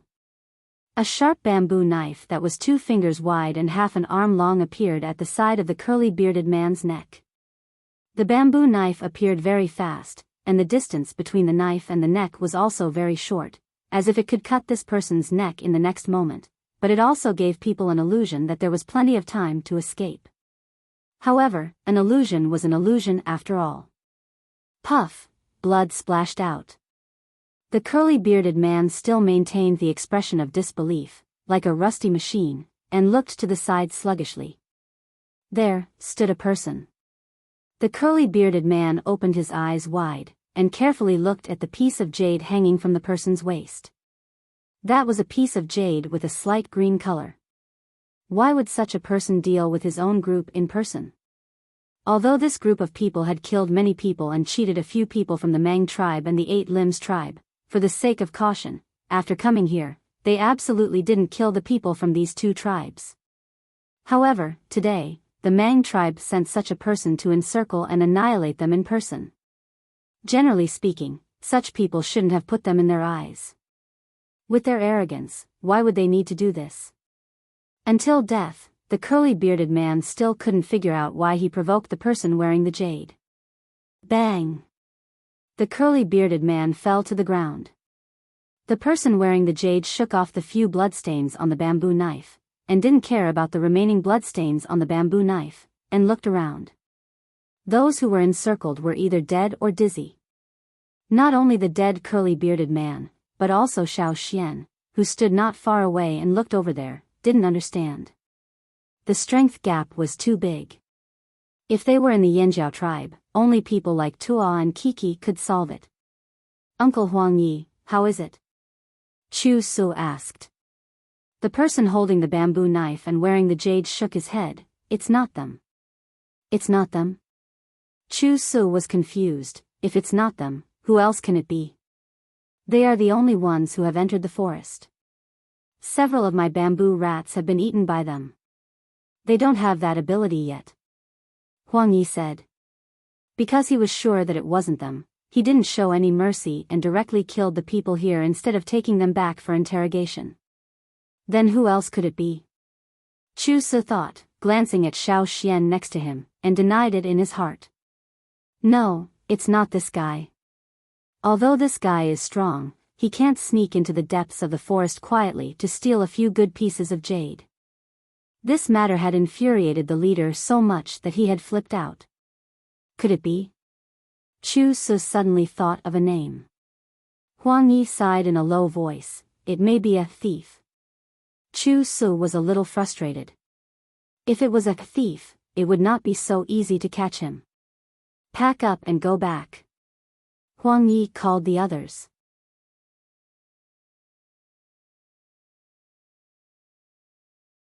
Chapter 188. After saying a few words to the leader of the Eight Limbs tribe, Huang Yi turned his head and intended to say something to Chu Su. However, his sight fell on Xiao Xian, who was standing beside Chu Su, especially on Xiao Xian's animal skin clothes. His sight stayed on Xiao Xian for 2 more seconds, and he frowned discontentedly, thinking, how could Chu Su know people from such a small tribe? Thinking of this, Huang Yi glanced at Xiao Xian again. Except for his clothes, which were very small tribe style, he didn't see anything special about Xiao Xian. Seeing that Xiao Xian was still staring at the clothes of the totem warriors of the Mang tribe and the 8 Limbs tribe, Huang Yi was more sure that this was an ignorant person. Without giving Xiao Xian more sight, Huang Yi looked around and found nothing useful, so he left with his people. And the people of the 8 Limbs tribe didn't give Xiao Xian more than a glance, and they packed up and planned to leave. Little Su, let's go. The people of the 8 Limbs tribe said to the woman in white who was holding the white-haired spider. You go first, I have something else to do. Okay, then we'll go back first. After the people of the Mang tribe and the 8 Limbs tribe left, there were only 3 people left, Xiao Xian, Chu Su and Su of the 8 Limbs tribe. Chu Su winked at Su, asking her to test Xiao Xian. Unfortunately, Su didn't move. She just stood there holding the spider with long white hair, quietly observing Xiao Xian's behavior. Seeing that Su didn't cooperate, Chu Su glared at her. Today, he took Xiao Xian here to let Xiao Xian see the powerful strength of the Mang tribe, especially today, the leader of the Mang tribe was a senior totem warrior. It was rare for a senior totem warrior of the Mang tribe to lead a team to encircle and suppress. For people of small tribes, they would be shocked once they saw it.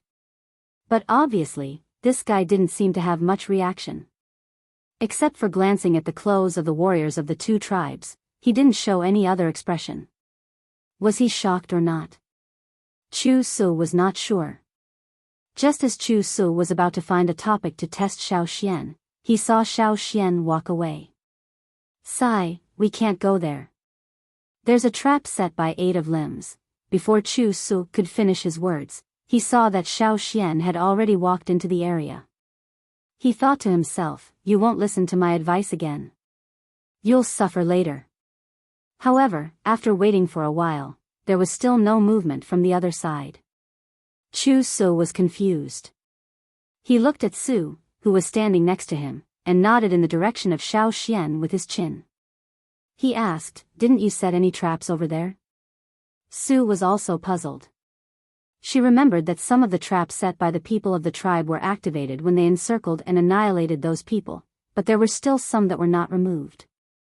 They were all traps that were not lethal but could trap people. This was the style of the 8 Limbs tribe. The purpose was to warn some people who came here and let them remember the 8 Limbs tribe deeply and be deeply afraid of them. However, that guy had walked so far, but not a single trap was activated. Su, who was getting more and more confused, didn't notice that she had already plucked a handful of hair from the spider in her arms. Seeing Su like that, Chu Su didn't expect her to give a proper answer. He saw Xiao Xian strolling in the woods, and guessed that when the people of the 8 Limbs tribe evacuated just now, they probably removed all the traps. Seeing Chu Su walk over there, Su opened her mouth, but said nothing in the end. Sigh, you're Xiao Xian, right? Which tribe are you from? Ah. Chu Su walked over. Before he took 2 steps into the woods, one of his feet was tied and hung upside down on a tree, swaying. Chu Su took out his knife and cut off the thin wire that tied his feet. He landed on the ground, shook off the leaves on his body, and turned back to glare at Su, who was standing there silently. After a while, he looked at Xiao Xian, who was standing in the woods. The traps were not removed. How could that guy be safe and sound? Luck? No, he couldn't be so lucky. According to the style of the 8 Limbs tribe, since they didn't remove all the traps, there must be a lot of hidden wires and snares waiting for the prey to come to their door. Even if there were only some small things left for the people of the 8 Limbs tribe, many people would still be trapped by those traps, just like Chu Su's own carelessness and got one of his feet tied just now. Chu Su didn't look down on Xiao Xian now. Who on earth was this guy, who could kill 4 totem warriors so quickly and stroll in the traps of the 8 Limbs tribe? He had never seen the totem patterns on Xiao Xian's body when he was fighting. This time, Chu Su didn't continue to walk inside. He just waited at the edge of the woods, watching Xiao Xian stroll in there. Xiao Xian was very interested in the traps of the Eight Limbs tribe. Although there were only some ordinary traps left, and the more technical ones were removed, Xiao Xian could still see some of the key points and preferences of the people of the Eight Limbs tribe from those simple traps. Moreover, the wires used by the people of the Eight Limbs tribe should be spider silk, right?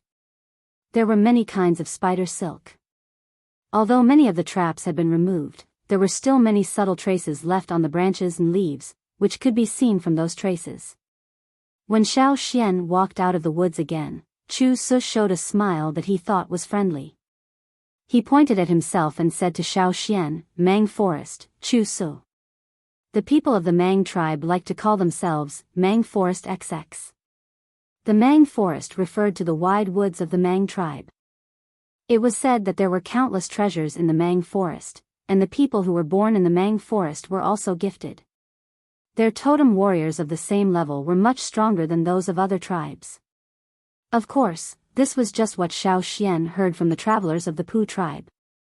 These rumors might have embellished the facts, so it shouldn't be so exaggerated. The warriors of the Yanjiao tribe were also stronger than some of the people of the Pu tribe and the Drumming tribe. This was what Xiao Xian personally experienced. Anyway, since the people of the Mang tribe introduced him so formally, Xiao Xian naturally replied formally. Putting several leaves picked from the woods into the animal skin bag, Xiao Xian looked at Chu Su and answered, "Yanjiao, Xiao Xian." "Yanjiao? Why does it sound so familiar?" Chu Su recalled. Not only Chu Su, but Su, who was standing next to him with the white spider in her arms, also felt familiar. Xiao Xian looked up at the sky and said, "It's getting dark. I'll go back first." "Oh, okay." Chu Su, who was wondering why the word Yanjiao sounded so familiar, didn't say much. After Xiao Xian left, he still stood there thinking. "Hey, Su, have you heard of the Yanjiao tribe before?" Chu Su asked. "I think I have, but it's been too long. I can't remember." Su touched the spider in her hand, thinking about when she had heard of this tribe. The two were silent, trying hard to recall when they had heard of this tribe. "Ah. I remember." Chu Su jumped up in surprise, and then said to himself, "How could it be?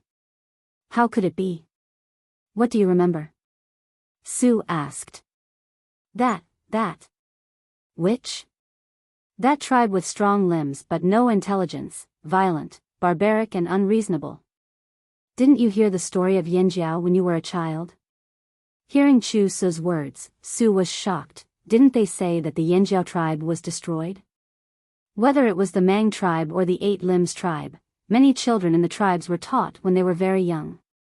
Those teachers would tell them some stories, some of which were true, some of which were embellished and blurred, and the story of the Yanjiao tribe was one of them. It was said that the Yanjiao tribe was one of the famous tribes in the central region at that time, which was at the same level as the Mang tribe, the Eight Limbs tribe and the Thousand Masks tribe. However, the tribe was very barbaric. The shamans in the tribe didn't know anything, and the leader was headstrong. The people in the tribe were all ignorant, arrogant and willful, except for their great strength. Finally, one day, the natural disaster came, and the shamans and the leader in the tribe listened to slanderous words. As a result, the tribe was divided and went on different paths. Later, the tribe was destroyed. Since then, there was one less strong person in the central region. Chu Su and Su were not the only two people who were indoctrinated in this way. Before this, they also thought so. But now, what was the matter with the person who called himself Xiao Xian of the Flaming Horns? When that guy killed people, the totem patterns were very clear, and it didn't look like the destruction of the tribe at all.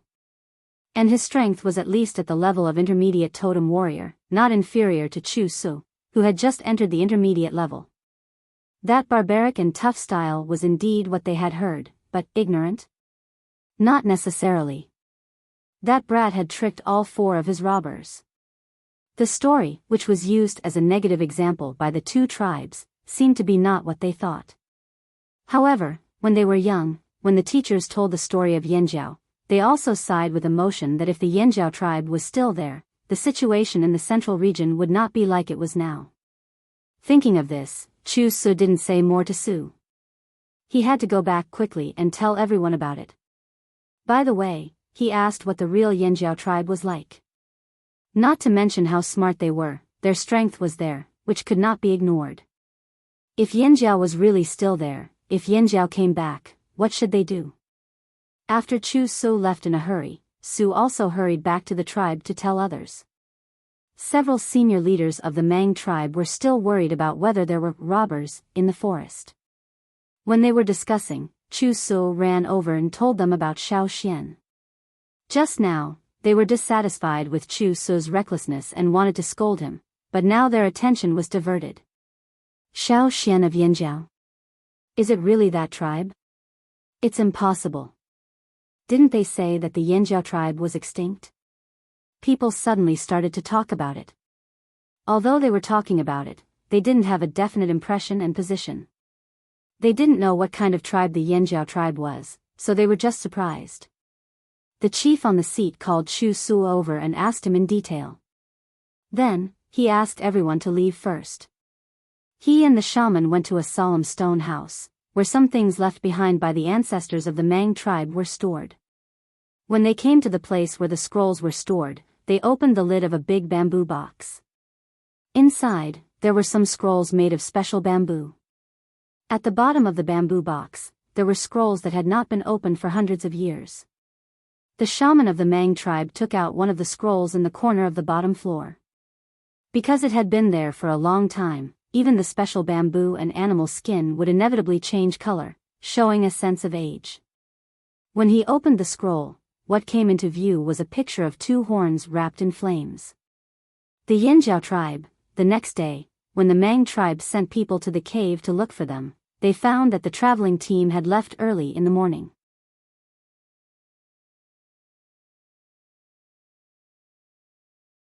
Chapter 189. The traveling team continued on their planned route. After leaving the area of the Mang tribe and the Eight Limbs tribe, the traveling tribe traveled for another 6 days. They passed through some small markets or some medium-sized tribes in the central region and exchanged some things. Xiao Xian marked all the places they passed through on the map he drew, and even marked the characteristics of each tribe. Because they were in a hurry, they didn't exchange too many things. Xiao Xian only exchanged for some tribal symbols or small souvenirs, and hurried on with their journey. Of course, the traveling team also encountered some wild beasts and even ferocious beasts when they passed through some wild mountains and ridges. However, there were relatively fewer ferocious beasts, and most of them were wild beasts. The traveling team pointed to the map and told Xiao Xian that most of the ferocious beasts were in this direction on the map, and that direction was exactly where Xiao Xian planned to go to the old haunt of the Yanjiao tribe. It was said that there were very few human tribes living there. It was also a vast mountainous area where ferocious beasts often appeared, and there were all kinds of unimaginable dangers. It was a place that no traveling team was willing to go to. Xiao Xian wanted to go there and have a look. Since they were on a trip, they naturally had to go to the old haunt of the Yanjiao tribe to see what secrets were hidden in the old haunt of the Yanjiao ancestors, and what the root old he talked about was. Since they were not going the same way, Xiao Xian naturally had to separate from the traveling tribe. Are you really going to leave the team? It's very dangerous to be alone. You persuaded Xiao Xian after hearing that he was going to leave. It's rare for me to go out of the tribe, so I want to look around. When I'm done, I'll follow the route to find you. Xiao Xian said. Along the way, Xiao Xian had drawn part of the map of the central region according to what he knew. Although there were still many places that the traveling team hadn't been to, and the animal skin roll was still empty, Xiao Xian was not in a hurry, and could finish it slowly. After bidding farewell to the traveling team, Xiao Xian headed in the direction of the old Yanjiao tribe that old he had mentioned. This time, he was alone. Sometimes, he would ask Cha-Cha to bring him along when they encountered places with complicated terrain. One day later. Xiao Xian looked at the map in his hand. According to the map, this area was the territory of the Lu tribe. Usually, when approaching the territory of a tribe, Xiao Xian would ask the Cha-Cha to be more careful. These tribes were very guarded. To get to the old haunt, they had to go around the Lu tribe. Cha-Cha, who was still in the air, let out a cry that indicated that there were people nearby. Xiao Xian also heard the commotion. Those people seemed to be deliberately restraining their auras and did not speak loudly. They were all silent. They should be from the Lu tribe, but Xiao Xian didn't know why they were so careful. No matter what, Xiao Xian had to be more vigilant. Rustle, some sounds of branches and leaves rubbing against each other rang out. There were also the sounds of rapid approaching footsteps. It didn't seem to be made by humans. Xiao Xian jumped onto a tree, intending to take a look from above. Although the traveling team had told Xiao Xian that the Lu tribe was not a big threat, Xiao Xian still had to be cautious.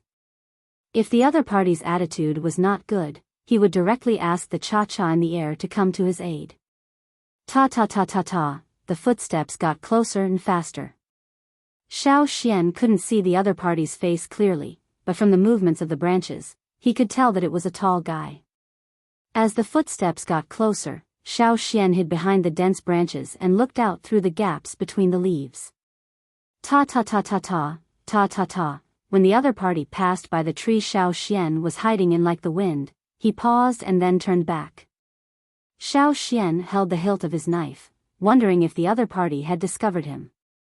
The surrounding trees were not tall, and the one Xiao Xian chose was more suitable for hiding. As he was thinking, Xiao Xian saw the branches below being pulled apart. He lowered his head and saw a big bird's head. The bird was holding a fruit in its beak. The fruit was from this tree. Obviously, this bird only found the fruit, not Xiao Xian. But it didn't expect that when it pulled the branch, it would see the person hiding inside. Just like that, a man and a bird met. Xiao Xian was hiding at least 5 meters above the ground, but this bird's head was less than a meter away from Xiao Xian. This showed how tall this bird was. With Guang's forest raccoons in front of him, Xiao Xian was wary of such a big bird. After the branches below were pulled apart, Xiao Xian held the stone knife and was about to slash at it. However, before Xiao Xian could do anything, the bird let out a shrill squawk. Ignoring the fruit crumbs in its mouth, it turned around and ran away with its big feet. Xiao Xian. What a waste of such a big bird. If it was Guang's forest raccoons that used its head like a hoe, it would probably peck at Xiao Xian, right? However, this bird was even more surprised than Xiao Xian. It was like a little white rabbit meeting a big bad wolf, running away in panic and fear. Xiao Xian pushed aside the branches and looked at the bird that ran away like the wind. It was the same as Guang's forest raccoons. Its upper limbs had degenerated and it could not fly. Moreover, its body looked fatter than Guang's forest raccoons. Its lower limbs were slightly thicker, and very fleshy. Whoosh, the shadow in the sky swept down, caught the big bird that had not run far, and then flew up again. After Cha-Cha caught the big bird, a team of 7 people rushed out of the woods. They did not notice Xiao Xian at first. They just stared at the sky and shouted. One of them even threw the spear in his hand, but Cha-Cha flew too fast and curved, so the spear missed a lot. It's caught. Where did this eagle come from? I've never seen this eagle before. Several people shouted over there.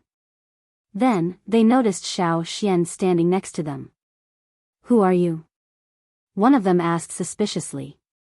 I'm just passing by. Well, that's my eagle up there. Xiao Xian saw that although the other party looked unhappy, they did not intend to continue throwing spears.